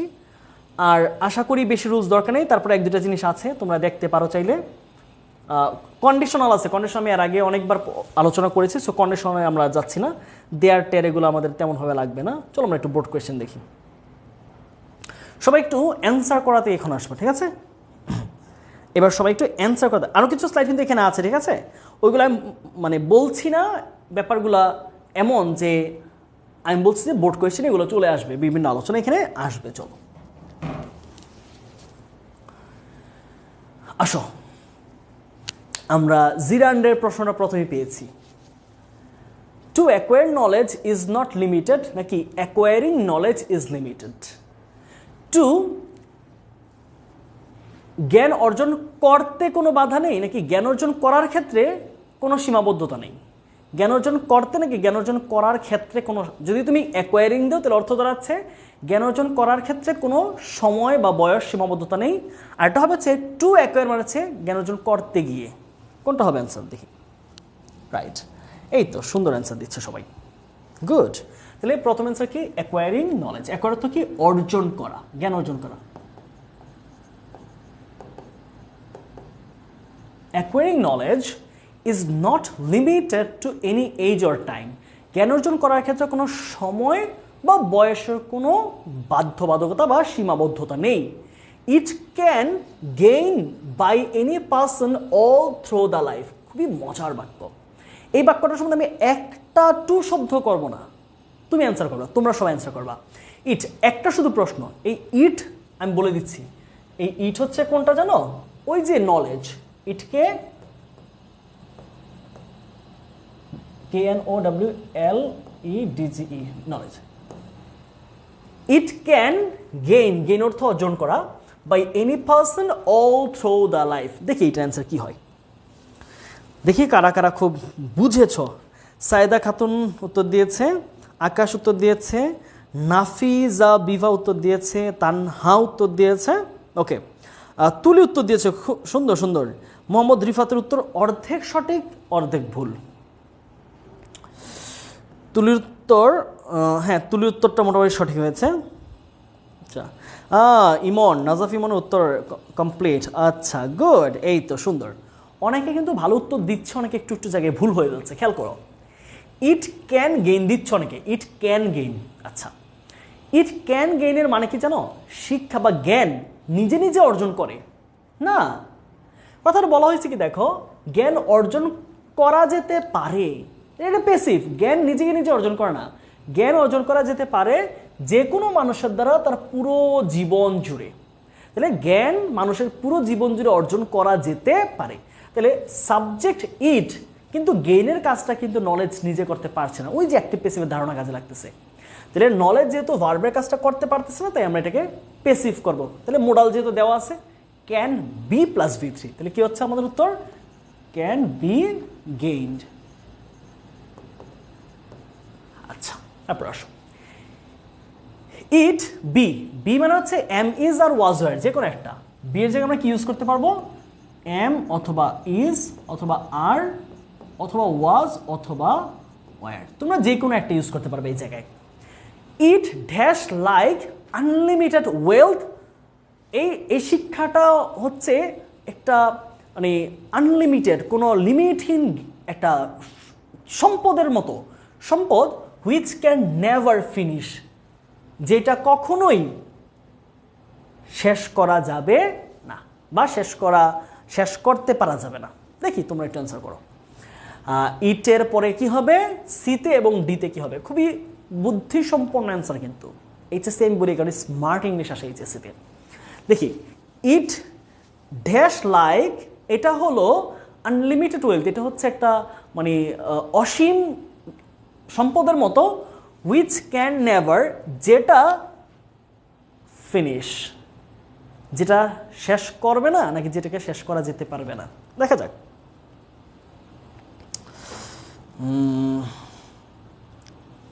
সিতে ইজ, রাইট, সি এর উত্তরটা মোটামুটি সবার সঠিক হয়েছে, সিতে হচ্ছে ইজ, তাহলে সি ইজ আমাদের কারেক্ট উত্তর, সঠিক, done, congratulations. It is like unlimited wealth, এটা হচ্ছে মানে অসীম সম্পদের মতো, হুইচ ক্যান নেভার কি হবে, যেটা শেষ করতে পারবে না। দেখো এটা কিন্তু এই ওয়েলথ, খেয়াল করো, এই আমরা বলেছি কি, দেখো এই যে হুইচ তো কার জন্য বসছে, এই যে ওয়েলথের জন্য সম্পদ, তাহলে ফিনিশার তো শেষ করা, সম্পদ কখনো নিজেকে শেষ করবে না, নাকি সম্পদটা আমরা কখনো শেষ করতে পারবো না। বুঝো, বাক্যের বাংলাটা বুঝো, যে ইট ইজ লাইক আনলিমিটেড ওয়েলথ, এই জ্ঞান হচ্ছে একটা অফুরন্ত সম্পদ, যেটাকে শেষ করতে পারা যাবে না। সমুদ্রের পানি, আমরা কি বলি, সমুদ্রকে নিজের পানিকে নিজে শেষ করবে, নাকি আমরা কখনো সমুদ্রের পানি শেষ করতে পারবো না, তাই না? এরকম না? তাহলে সমুদ্রের পানি তো নিজে শেষ করে না, তাহলে বিষয়টা হচ্ছে পেসিভে সেন্টেন্সটা। তাহলে কি হবে, মোডাল অলরেডি দেওয়া আছে ক্যান, নেগেটিভের জন্য নেভার, তাহলে আমরা বি প্লাস V3, তাহলে be finished, can be finished. Okay, however, যাই হোক, the level of a persons knowledge, একটা ব্যক্তির জ্ঞানের মাত্রা, develop with his dedication, patience and continuity. একটা ব্যক্তির জ্ঞানের জ্ঞানের মাত্রাটা, ভূমিকম্পের মাত্রা আছে না, একটা করে এরকম, জ্ঞানের মাত্রা ডেভেলপ, এখানে ডেভেলপ হচ্ছে বাড়ে, ঠিক আছে, উন্নত হয়, with his dedication, passions and continuity. এখানে একটা মজার বিষয় তোমরা খেয়াল করো, এই পুরো প্যাসেজটা কিন্তু একটা কন্টিনিউয়াসের, সরি, একটা প্রেজেন্ট ইনডিফিনিটিভ ফর্মে, মানে প্রেজেন্ট টেন্সে বলা হচ্ছে চিরন্তন সত্য কথা। এখানে প্রত্যেকটা কথা হচ্ছে শিক্ষা নিয়ে, মানুষের জ্ঞান নিয়ে, তার মানে এটা হচ্ছে একটা সত্য আলোচনা, এটা প্রেজেন্ট টেন্সে হবে উত্তরগুলা। দেখি তোমরা একটু উত্তর করে দেখি কোনটা হতে পারে, না হলে আমি বলবো। However, the level of a persons knowledge, একটা ব্যক্তির জ্ঞানের মাত্রাটা বা ধাপটা উন্নত হয়, উইথ হিজ ডেডিকেশন, তার যেই ডেডিকেশন রয়েছে, তার পেশেন্স, তার ডেডিকেশন মানে হচ্ছে তার দৃঢ়তা, তার পেশেন্স, তার ধৈর্য, এবং তার কন্টিনিউটি, একটা কাজ চালিয়ে যাওয়ার উপর। ওকে, অনেকে দিয়েছে ইজ ডেভেলপ, হ্যাজ কেন, হ্যাজ দিলা কোত্থেকে, হ্যাজ ডেভেলপ না, এটা কিন্তু আমি বলেছি চিরন্তন সত্য কথাগুলো আমরা প্রেজেন্ট ইনডেফিনিট টেন্সে অ্যান্সার করব, যেগুলো সত্য কথা, যেগুলো বাস্তব কথা, শিক্ষা নিয়ে, মানুষের জীবন নিয়ে, এগুলো প্রেজেন্ট ইনডেফিনিটে। তুমি বাক্যগুলো খেয়াল করো না, এই যে ইজ ইনডেফিনিট টেন্স, তারপর হচ্ছে কি ক্যান বি প্রেজেন্ট টেন্সে, তারপর হচ্ছে এই যে দেখো ইজ, এটাও প্রেজেন্ট টেন্স। তার মানে আসলে ব্যাপারটা হচ্ছে প্রেজেন্ট টেন্সের প্যাটার্নে লিখতে হবে যদি চিরন্তন সত্য কথা, বাস্তব কথা বা কোনো বৈজ্ঞানিক কথা হয়। হুইচ ইজ ডেভেলপ আসলে হয়েছে which develops, right, which develops, যেটা উন্নত হয় বা বাড়ে। মাত্রা তো বাড়তে পারে, মাত্রা ধর হচ্ছে সমুদ্রের রিক্টার স্কেলে মাত্রা বাড়ে না, তোমরা পারদ যদি কোনো কিছু রাখো, পারদের মাত্রা বাড়ে না, যে বিভিন্ন জিনিসে পারদ রাখলে পারদ বাড়ে না, সূর্যের আলোর রশ্মি বাড়ে কমে না, এটা তুমি বাড়াও না। এখন বলবো যে ভাইয়া এটা তো আমরা বাড়াচ্ছি না। সমুদ্রের পানি কি করে, সমুদ্রের পানি জোয়ার ভাটা হয়, তুমি করো না, জোয়ার হয় ভাটা হয়, প্রকৃতিগতভাবে হয়। কিছু ব্যাপার আছে তুমি এখন প্রশ্ন দিতে হবে যে ভাইয়া খুব এই ব্যাপারটা আলোচনা, আমি পাওয়ার প্লেতে ক্লাস করেছি কিন্তু এই সেন্সটা আমার আসে নাই, তখন আমি একটু আলোচনা করে দিচ্ছি। সেটা কি, ধরো আমার মধ্যে একটা যখন প্রশ্ন জাগ্রত হইতো যে কেউ যদি কাজটা করে তাহলে অ্যাক্টিভ, কেউ কাজটা করতে না পারলে পেসিভ। কিন্তু কিছু কিছু ব্যাপার আছে শুধু মানুষই কাজ করতে পারবে এটা তো সত্য কথা না। ধরো উদ্ভিদ বেড়ে ওঠে, আমি বাড়াইছি, উদ্ভিদ নিজেই বেড়ে উঠছে, প্রকৃতি তার আলো ছড়িয়ে দেয়, তাহলে প্রকৃতি তো আলো ছড়িয়ে দিতে পারে। সূর্যের রশ্মি বাড়ে কমে, সত্য কথা। সমুদ্রের জোয়ার হয় ভাটা হয়, সত্য কথা। তারপর হচ্ছে কি এই ব্যাপারগুলা। কিন্তু তুমি যদি বলো যে বঙ্গোপসাগরে মাছ পাওয়া যায়, এই পাওয়া যাওয়ার কাজটা তো করে মানুষ, এটা প্যাসিভে। ব্যাপারটা বুঝতে হবে এই জায়গার মধ্যে কিছু কিছু জিনিস প্রাকৃতিক ঘটে। ধরো পারদের, তুমি একটা পারদ নিয়ে বিভিন্ন ইয়েতে রাখলা তরলের মধ্যে, তাহলে এটা তো বিভিন্ন রকম উঠানামা করবে না, রাইট? ভূমিকম্প যেখানে যেমন হয় সেখানে রিক্টার স্কেল উঠানামা করবে না, তুমি তো উঠাইতেছো না নামাইতেছো না, তোমার কর্তৃত্ব নাই জায়গায়। এই সেন্টেন্সটা সেম ওই কাজটাই করছে যে the level of a person's knowledge develops, একটা মানুষের জ্ঞানের মাত্রা বাড়ে। এটা তুমি বাড়াও না, তুমি জোর করো না, এখানে তোমার কোনো কর্তৃত্ব নাই, এটা বাড়ে তোমার ডেডিকেশনের সাথে সাথে। তাহলে ডেভেলপস, এই ব্যাখ্যাটা আমি পাওয়ার প্লে ক্লাসে দিতে পারি নাই। ডেভেলপস উইথ হিজ পেশেন্স, যদি এখানে পেসিভ হইতো তাহলে কিন্তু এখানে বাই দিত, দেখো বাই হিজ পেশেন্স দিত, with his patience, dedication and continuity. ঠিক আছে, আচ্ছা তারপর আসি। A person dash some new knowledge through regular observation and experimentation. আচ্ছা, কি হইতে পারে অর্থটা? হ্যাভ অর্থ হচ্ছে পাওয়া, অর্জন করা, থাকা। একটা ব্যক্তি সাম নিউ নলেজ, সে কিছু নতুন বিষয়ে জ্ঞান অর্জন করতে পারে, নিতে পারে। হ্যাভ অর্থ এখানে নেওয়া, through regular observation and experimentation, সে নিয়মিত বা একদম প্রতিনিয়ত সে কিছু অবজারভেশন, মানে হচ্ছে কোনো বিষয় হচ্ছে পর্যবেক্ষণ করা, কোনো পরীক্ষা নিরীক্ষার মাধ্যমে সে জ্ঞান আছে নাকি জ্ঞান অর্জন করতে পারে, জ্ঞান নিতে পারে। কোনটা আসতে পারে? বাংলা কি বলি না যে তুমি বাজার থেকে চাইলে কিছু ফ্রেশ ফল নিতে পারো, ব্যাপারটা কীরকম আসে? তার ফ্রেশ ফল আছে এমনটা কি বলি? সে বাজার থেকে দেখে শুনে কিছু ফ্রেশ ফল আছে নাকি সে কিছু ফ্রেশ ফল নিতে পারে? কোন ব্যাপারটা সঠিক মনে হচ্ছে? A person will have some new knowledge, একটা ব্যক্তি কিছু নতুন জ্ঞান নিতে পারে বা নিবে। উইল হ্যাভ দিলে নিবে, যে ক্যান হ্যাভ দাও, that is the proper answer. Can have মানে হচ্ছে সে কিছু নতুন জ্ঞান বুদ্ধি নিতে পারে এক্সপেরিমেন্টেশনের মাধ্যমে। উইল হ্যাভের চেয়ে বেটার অপশন হচ্ছে এখানে ক্যান হ্যাভ, নিতে পারে। এটা হচ্ছে তার সামর্থ্য সম্ভাবনাকে আমরা বোঝাচ্ছি। ঠিক আছে, উইল হ্যাভ মানে নিবেই, উইল হ্যাভ মানে নিবেই, এটাকে আমরা বাধ্যতামূলক বলতে পারি না। ক্যান হ্যাভ আমরা বলতে পারি একটা সম্ভাবনা, যে তুমি চাইলে এটা করতে পারো। তো আচ্ছা, আমাদের দলের মধ্যে একজন ম্যান বেশ হয়ে গেছে, তুমি ওকে নিবা, আমরা কি এটা বলি? বলি যে তোরা চাইলে আমাদের ওকে নিতে পারিস, তাই না? এটা বলি না যে তোদের দলে একজন মানুষ কম, আমাদের দলে একজন বেশি খেলতেছে, তুই আমাদেরকে নিবি, ওকে নিবি না? সে তুমি বলো না আমি নিব না, সমস্যা কি? তুমি বলতে পারো কি তুই ওকে নিতে পারিস চাইলে, এটা বলি আমরা। তাহলে কি বলতে পারি? A person can have some new knowledge, একজন ব্যক্তি কিছু নতুন জ্ঞান আহরণ করতে পারে through regular observation and experimentation, নিয়মিত পর্যবেক্ষণ এবং পরীক্ষণের মাধ্যমে একজন ব্যক্তি নতুন জ্ঞান অর্জন করতে পারে। এখানে হ্যাভ অর্থ হচ্ছে অর্জন করা। তাহলে কি পাচ্ছি আমরা? Can have, a person can have. তাহলে ক্যান এবং হ্যাজ হবে না, হ্যাভ। ওকে, তারপরে দেখি আমরা the progress of human being, the progress of human being. তাহলে মানব জাতির উন্নয়ন লার্জলি, বেশিরভাগ ক্ষেত্রে, depend on knowledge in various fields in positive and constructive ways. আমরা অতটুকু যাওয়ার দরকার নেই। কি বলেছে খেয়াল করো, মানে মানুষের বা মানব জাতির উন্নয়ন বেশিরভাগই ক্ষেত্রে নির্ভর করে বিভিন্ন ধরনের ইতিবাচক এবং গঠনমূলক দিকের উপরে। ইতিবাচক এবং গঠনমূলক কাজ করলে, সত্য কথা বললে, ভালো কাজ করলে, সৎ থাকলে, নিয়মিত কাজ করলে, ডিসিপ্লিন থাকলে, সেগুলোর উপর মানব জাতির উন্নয়ন নির্ভর করে। কি হতে পারে বলো দেখি?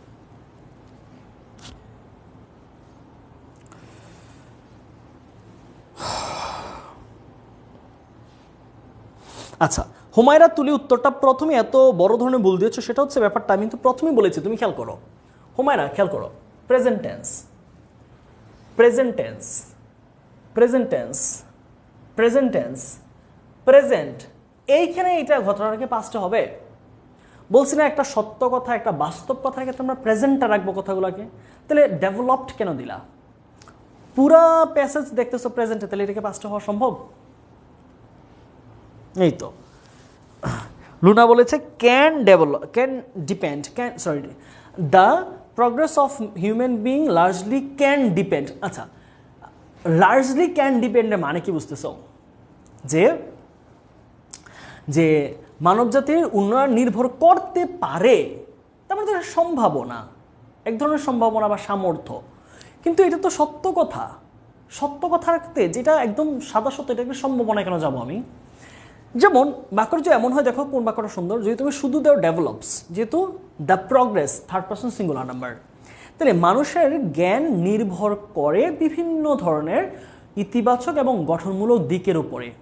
আর যদি তুমি আরেক ক্ষেত্রে বলো মানুষের মানবজাতির উন্নয়ন নির্ভর করতে পারে বিভিন্ন মূলক ইতিবাচক গঠনমূলক কাজে, কোনটা ক্ষেত্রে তোমার সুন্দর মনে হচ্ছে? নির্ভর করে, এইটাকে আমরা চিরন্তন বলতে পারি নাকি নির্ভর করবে বা করতে পারবে, কোনটা মনে হচ্ছে? এবং খেয়াল করতে হবে দ্য প্রগ্রেস, এটা কিন্তু থার্ড পারসন, এটা আনকাউন্টেবল নাউন। আর আনকাউন্টেবল নাউন অলওয়েজ সিঙ্গুলার হয়, ঠিক আছে? তার মানে কি হবে এখানে? ডেভেলপ না দিয়ে ডেভেলপস।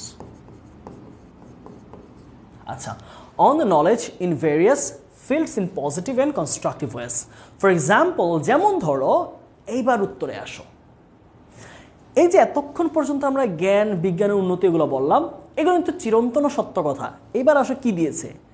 ফর এক্সাম্পল, যেমন ধরো বলেছে যে বিভিন্ন ধরনের ভালো ইতিবাচক দিকের উপরে, কাজের উপরে আমাদের একটা ব্যক্তির জ্ঞান নির্ভর করে, ঠিক আছে? আমাদের জ্ঞান বিজ্ঞান নির্ভর করে। কি বলেছে? ফর এক্সাম্পল, যেমন এমন একটা উদাহরণ দিয়েছে, Newton discover a theory of gravitation and there are many famous scientists who invent amazing things make life easy on earth. আচ্ছা, এখন এই পর্যন্ত আলোচনা হয়ে গেল আমাদের চিরন্তন সত্য কথা, জ্ঞান বিজ্ঞান নিয়ে একটা সাধারণ আলোচনা, তার মানে এটা প্রেজেন্টে রেখেছে। তাহলে নিউটন যে আবিষ্কার করেছে থিওরি অফ গ্র্যাভিটেশন বা মহাকর্ষ যেই থিওরি, এটা কি তুমি প্রেজেন্টে রাখবা? তিনি কি এখন করেছে বা এখন করতেছে? বলো দেখি। এবং দেয়ার আর মেনি ফেমাস সায়েন্টিস্ট, এমন আরও অনেক বিখ্যাত বিজ্ঞানীরা রয়েছেন পৃথিবীতে, পৃথিবী জুড়ে তাদের ইতিহাস রয়েছে, যারা ইনভেন্ট করলে তো আর তাকে আমি বলতামই না ফেমাস, যারা করে গেছে তারা না ফেমাস। আইনস্টাইন করে গেছে, গ্যালিলিও করে গেছে, কোপারনিকাস করে গেছে, ওপেনহেইমার করে গেছে। তাহলে এই ব্যাপার দুইটা। আর এখানে এসেছে আমাদের একটা জিরান বা ইনফিনিটিভের ব্যবহার, ঠিক আছে? যে invent amazing things making life easy on the earth, তারা কি পৃথিবীতে আমাদের জীবনকে সহজ করে এগুলোকে আবিষ্কার করছে, কিন্তু আমাদের জীবনকে, পৃথিবীর মানুষকে জীবনকে সহজ সুন্দর করতে তারা এই আবিষ্কারগুলো করছে? উদ্দেশ্য ছিল নাকি কইরা এরপর হচ্ছে যে এরকম করছে? দেখি তোমরা বলো। রাইট, তাহলে এইটা হচ্ছে ডিসকভার, সহজ পাস্টের ঘটনা। তাহলে কি পাচ্ছি আমরা? ডিসকভার্ড। তাহলে এটা কি হবে? এইটা অতীতের ঘটনা, তাহলে এটা কিছু আমাদের ইনভেন্টেড। সরি, বানানটা একটু সুন্দর হয় নাই, ইনভেন্টেড। তাহলে লাস্টেরটা কি হবে বলো তো দেখি? রাইট, টু মেক, এটা কিন্তু আবার পাস্ট হবে না, এটা হচ্ছে infinitive. To make life easy on the earth, পৃথিবীতে আমাদের জীবনকে সহজ করতে তারা অনেক জিনিস আবিষ্কার করে গেছেন। তাদেরকে একটা উদ্দেশ্য ছিল না যে আমি একটা পারমাণবিক জিনিস বানাবো, আমি একটা থিওরিটা বানাবো, অথবা আইনস্টাইনে আমার সূত্রটা তৈরি করবো। এটা উদ্দেশ্য ছিল কি? পরবর্তী বিজ্ঞান, পরবর্তী প্রজন্ম, পরবর্তী মানবজাতির জন্য আরও সহজে একটা জিনিস প্রযুক্তি পেতে পারে, এটা হচ্ছে উদ্দেশ্য ছিল। To make life easy on the earth. আমরা প্রায় শেষের দিকে চলে এসেছি আমাদের লেকচারের। আরও কিছু প্র্যাকটিস তোমরা নিজেরা করবা আশা করছি। মেড কেন হবে না? মেকড তো হয় না, মেকড কোনো ফর্ম না, হইলে মেড হইতো। থিংস মেড লাইফ, তুমি যদি এখানে একটা ইউজ করতা, ধরো হুইচ ইউজ করতা, হুইচ দিলে তুমি দিতে পারতা হুইচ মেড লাইফ। কিন্তু খেয়াল করো, একটা সাবজেক্ট তো দুইটা ফাইনাইট ভার্ব নিতে পারে না। তখন তুমি একটা ইনভেন্টেড একটা ফাইনাইট ইউজ করছো, অপর ভার্বটা নন ফাইনাইট হইতে হবে। নন ফাইনাইট কারা? হয় পার্টিসিপল, না হয় জিরান্ট, না হয় ইনফিনিটিভ। তাহলে তুমি যেখানে হু দিতা, তাহলে কিন্তু অবশ্যই এটা উত্তর হইতে হচ্ছে মেড, কারণ সাবজেক্ট ওই প্রথম হুইয়ের জন্য ইনভেন্টেড। আর এই যে এখানে হচ্ছে হুইচ দিতা, তাহলে which made life easy on the earth. যেহেতু তুমি একই সাবজেক্টের দুইটা ফাইনাইট ভার্ব নিচ্ছ, এটা করা কখনোই সম্ভব না। একটি বাক্যের একটা ফাইনাইট ভার্ব, এটার একটা সহজ উদাহরণ একটু বলি। যেমন ধরো একটা, এই উত্তরটা আমার মনে হয় দেওয়া জরুরি। আমি যদি বলি যেমন হি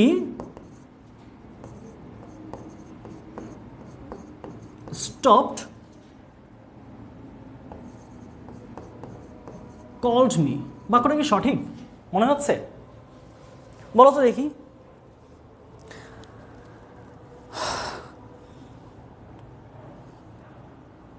হ্যাঁ, ন্যারেশনের মতো, ন্যারেশনের পরীক্ষা কিন্তু আজকে সন্ধ্যায়, তোমরা একটু মাথায় রেখো, ঠিক আছে? ন্যারেশনে কিন্তু অ্যাডমিশন স্ট্যান্ডার্ডের প্রশ্ন হয়েছে, সো তোমরা একটু মাথায় রেখে পরীক্ষা দিবা, এবং পরীক্ষা দিলে বুঝতে পারবা যে আসলে তোমার কোথায় ঘাটতি আছে, কোন জায়গায় কি, ঠিক আছে? ন্যারেশনের প্রশ্নগুলো প্রত্যেকটা হচ্ছে অ্যাডমিশন স্ট্যান্ডার্ড, একাডেমির চেয়ে যেন একটু বেটার ফিল তোমরা পাও, সেটা করেছি। আর নেক্সট পরীক্ষাগুলোতে খেয়াল করবো যে তোমরা right form of verb, right form ভার্বের পরীক্ষাটা স্পেসিফিক হবে, কারণ এটা প্রত্যেক ভার্সিটি অ্যাডমিশনে থাকবে। রাইট ফর্ম ভার্বেরটা কোয়েশ্চেন আমি একদমই স্ট্যান্ডার্ড করব, ফুল হচ্ছে ইউনিভার্সিটি স্ট্যান্ডার্ড। এটা মেডিকেলের কোয়েশ্চেন থাকবে, medical standard plus university, Dhaka university plus গুচ্ছ, তিনটাকে কম্বাইন করে প্রশ্ন করব। রাইট ফর্ম ভার্বের পরীক্ষাটা কিন্তু আরও বেশি হাই ভোল্টেজ হবে। আচ্ছা, খেয়াল করো, এই ব্যাপারটা একটু আমি এক্সপ্লেইন করি। দেখো, যেমন হি স্টপড, একটা ফাইনাইট ভার্ব। ফাইনাইট মানে কি? যেটা দিয়ে পূর্ণাঙ্গ কাজ করা বোঝায়, ওকে? মানে বাক্যের অর্থ সম্পন্ন করতে পারে যেই ওয়ার্ডটা, মানে ভার্বটা, সেটা হচ্ছে ফাইনাইট ভার্ব। তাহলে হি স্টপড একটা ভার্ব হয়ে গেল না?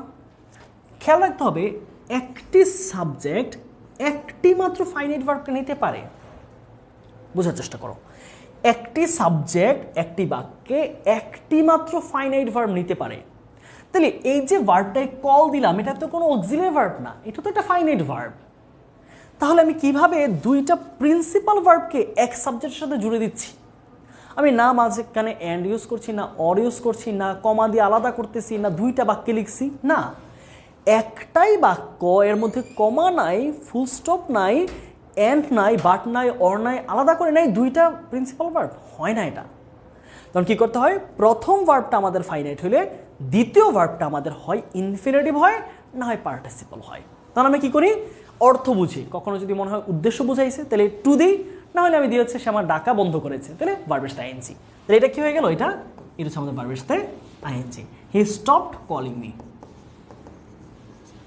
হি স্টপড কলিং মি।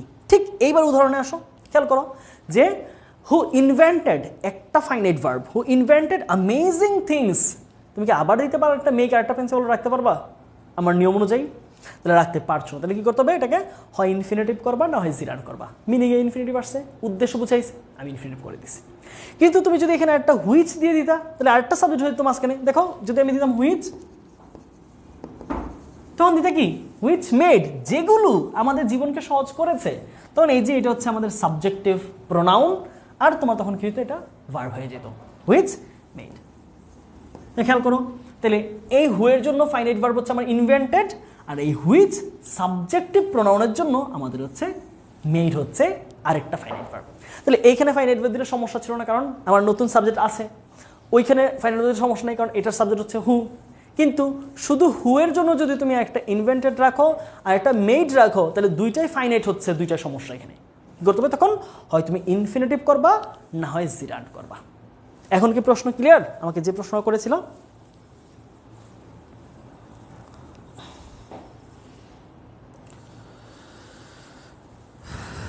একটু জানাবা আমাকে প্রশ্ন যে করেছ।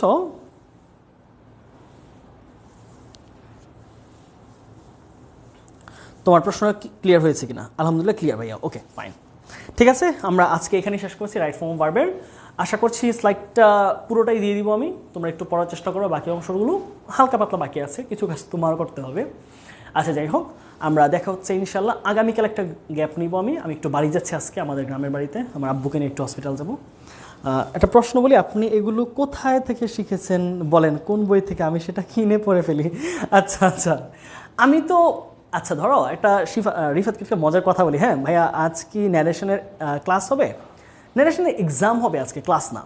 আচ্ছা, রিফাতকে একটা সুন্দর প্রশ্ন করেছে আমাকে যে ভাই আপনি এগুলো কোত্থেকে শিখছেন। এই প্রশ্ন উত্তর তো রিফাত দেওয়া যাবে, হ্যাঁ, কিন্তু তুমি নিতে পারবে কিনা আমি জানি না। আমি আমার রুমের, আমার ইংলিশ বইয়ের একটা ছবি তোমাকে পাঠাবো। হ্যাঁ, তোমাদের দেখি আজকে না, আমি তো ঢাকায় থেকে চলে যাচ্ছি আজকে, আমি একদম ব্যাগ নিয়ে আসছি, আমার রুম থেকে আমি একদম ব্যাগ নিয়ে আসছি। আমি ঢাকায় ফিরবো আগামীকাল রাতে বা পরশুদিন সকালে। হ্যাঁ, যখন ফিরবো অনেক সোমবার তোমাদের এসে ক্লাস করাবো। সো কালকে তো রবিবার, কালকে বাসায় থাকছি, সোমবার এসে ক্লাস করাবো। সোমবারের রাতে আমি তোমাদেরকে আমার, যদি আমার মনে থাকে অথবা কেউ আমাকে মেসেজ দিও, একটা আমার ইনবক্সে একটা মেসেজ দিও, সেটা হচ্ছে আমি কী কী ইংলিশ বই পড়ি এটা একটা ছবি পাঠাবো তোমাকে, ঠিক আছে? আমার এক একটা বইয়ের দাম, হয়তো বইয়ের দাম শুনলে তুমি অবাক হবা, এক একটা বইয়ের দাম 3,000 3,500 টাকা, এক একটা ইংলিশ গ্রামার বই, বুঝছো? তুমি সেগুলো তোমার এলাকায় তো আমার মনে হয় না পাবা, বলে ঢাকা থেকে নিতে হবে। আর সেই বইগুলো পড়ার জন্য তোমাকে আরও অনেক বেশি আস্তে আস্তে আস্তে আস্তে শিখতে হবে, উপরে হঠাৎ করে তো ওঠা যায় না। আর আমার শেখা যদি বলি যে ভাই কোত্থেকে শিখছেন, সেটা হচ্ছে ক্লাস 8 থেকে এখনও পর্যন্ত আমার গ্র্যাজুয়েশন আর ফাইনাল ইয়ার, এই পর্যন্ত আমি শিখছি, প্রতিদিনই শিখি কিছু না কিছু। তবে এই একটা শুধু বই না, কখনো একটা বই কাউকে কিছু শিখাই দিতে পারে না। আমার অ্যানালাইসিস করা লাগছে, আমার অনেক নোট করা লাগছে, আমার পড়া লাগছে, লেকচার দেখা লাগছে, অনেককে পড়াইতে পড়াইতে অনেক হ্যাবিট হয়েছে, অনেক বই পড়ছি। 8, 9, 10, 11, 12, তার হচ্ছে গেল হচ্ছে first year, second year, third year, fourth year. তাহলে আমার 9 বছরের অভিজ্ঞতা। এর মধ্যে বই হয়তো কতটা পড়েছে আমি নিজেই হয়তো জানি না, হয়তো জানি, খুঁজতে হবে।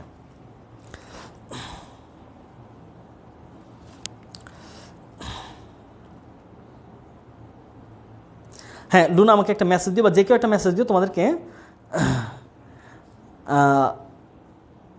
আমি একটা ছবি পাঠাবো যে আমার বইগুলা কী কী। হ্যাঁ, তাহলে তোমরা বুঝতে পারবে যে আসলে এই বইগুলা কীভাবে।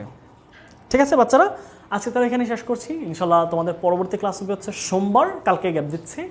সোমবার তোমাদের ক্লাস হচ্ছে সিনোনিম, অ্যান্টোনিমের উপরে, অথবা পাংচুয়েশন, দুইটার যে কোনো একটা ক্লাস নেবো, ঠিক আছে? এরপরে একদিন হচ্ছে 2 দিনে 2টা গ্রামার ক্লাস, তারপরে একদিনে আমরা অ্যাপ্লিকেশনের প্যারাগ্রাফের দুইটা ক্লাস একসাথে নিয়ে নিব। নেক্সট আমাদের 3 দিন ক্লাস হচ্ছে, সোম মঙ্গল বুধ, আমাদের কোর্স মোটামুটি ফাইনাল হয়ে যাবে। ঠিক আছে, ওকে, তাহলে দেখা হচ্ছে তোমাদের সাথে ইনশাল্লাহ সোমবার। সবাই ভালো থাকো, সুস্থ থাকো। আসসালামু আলাইকুম।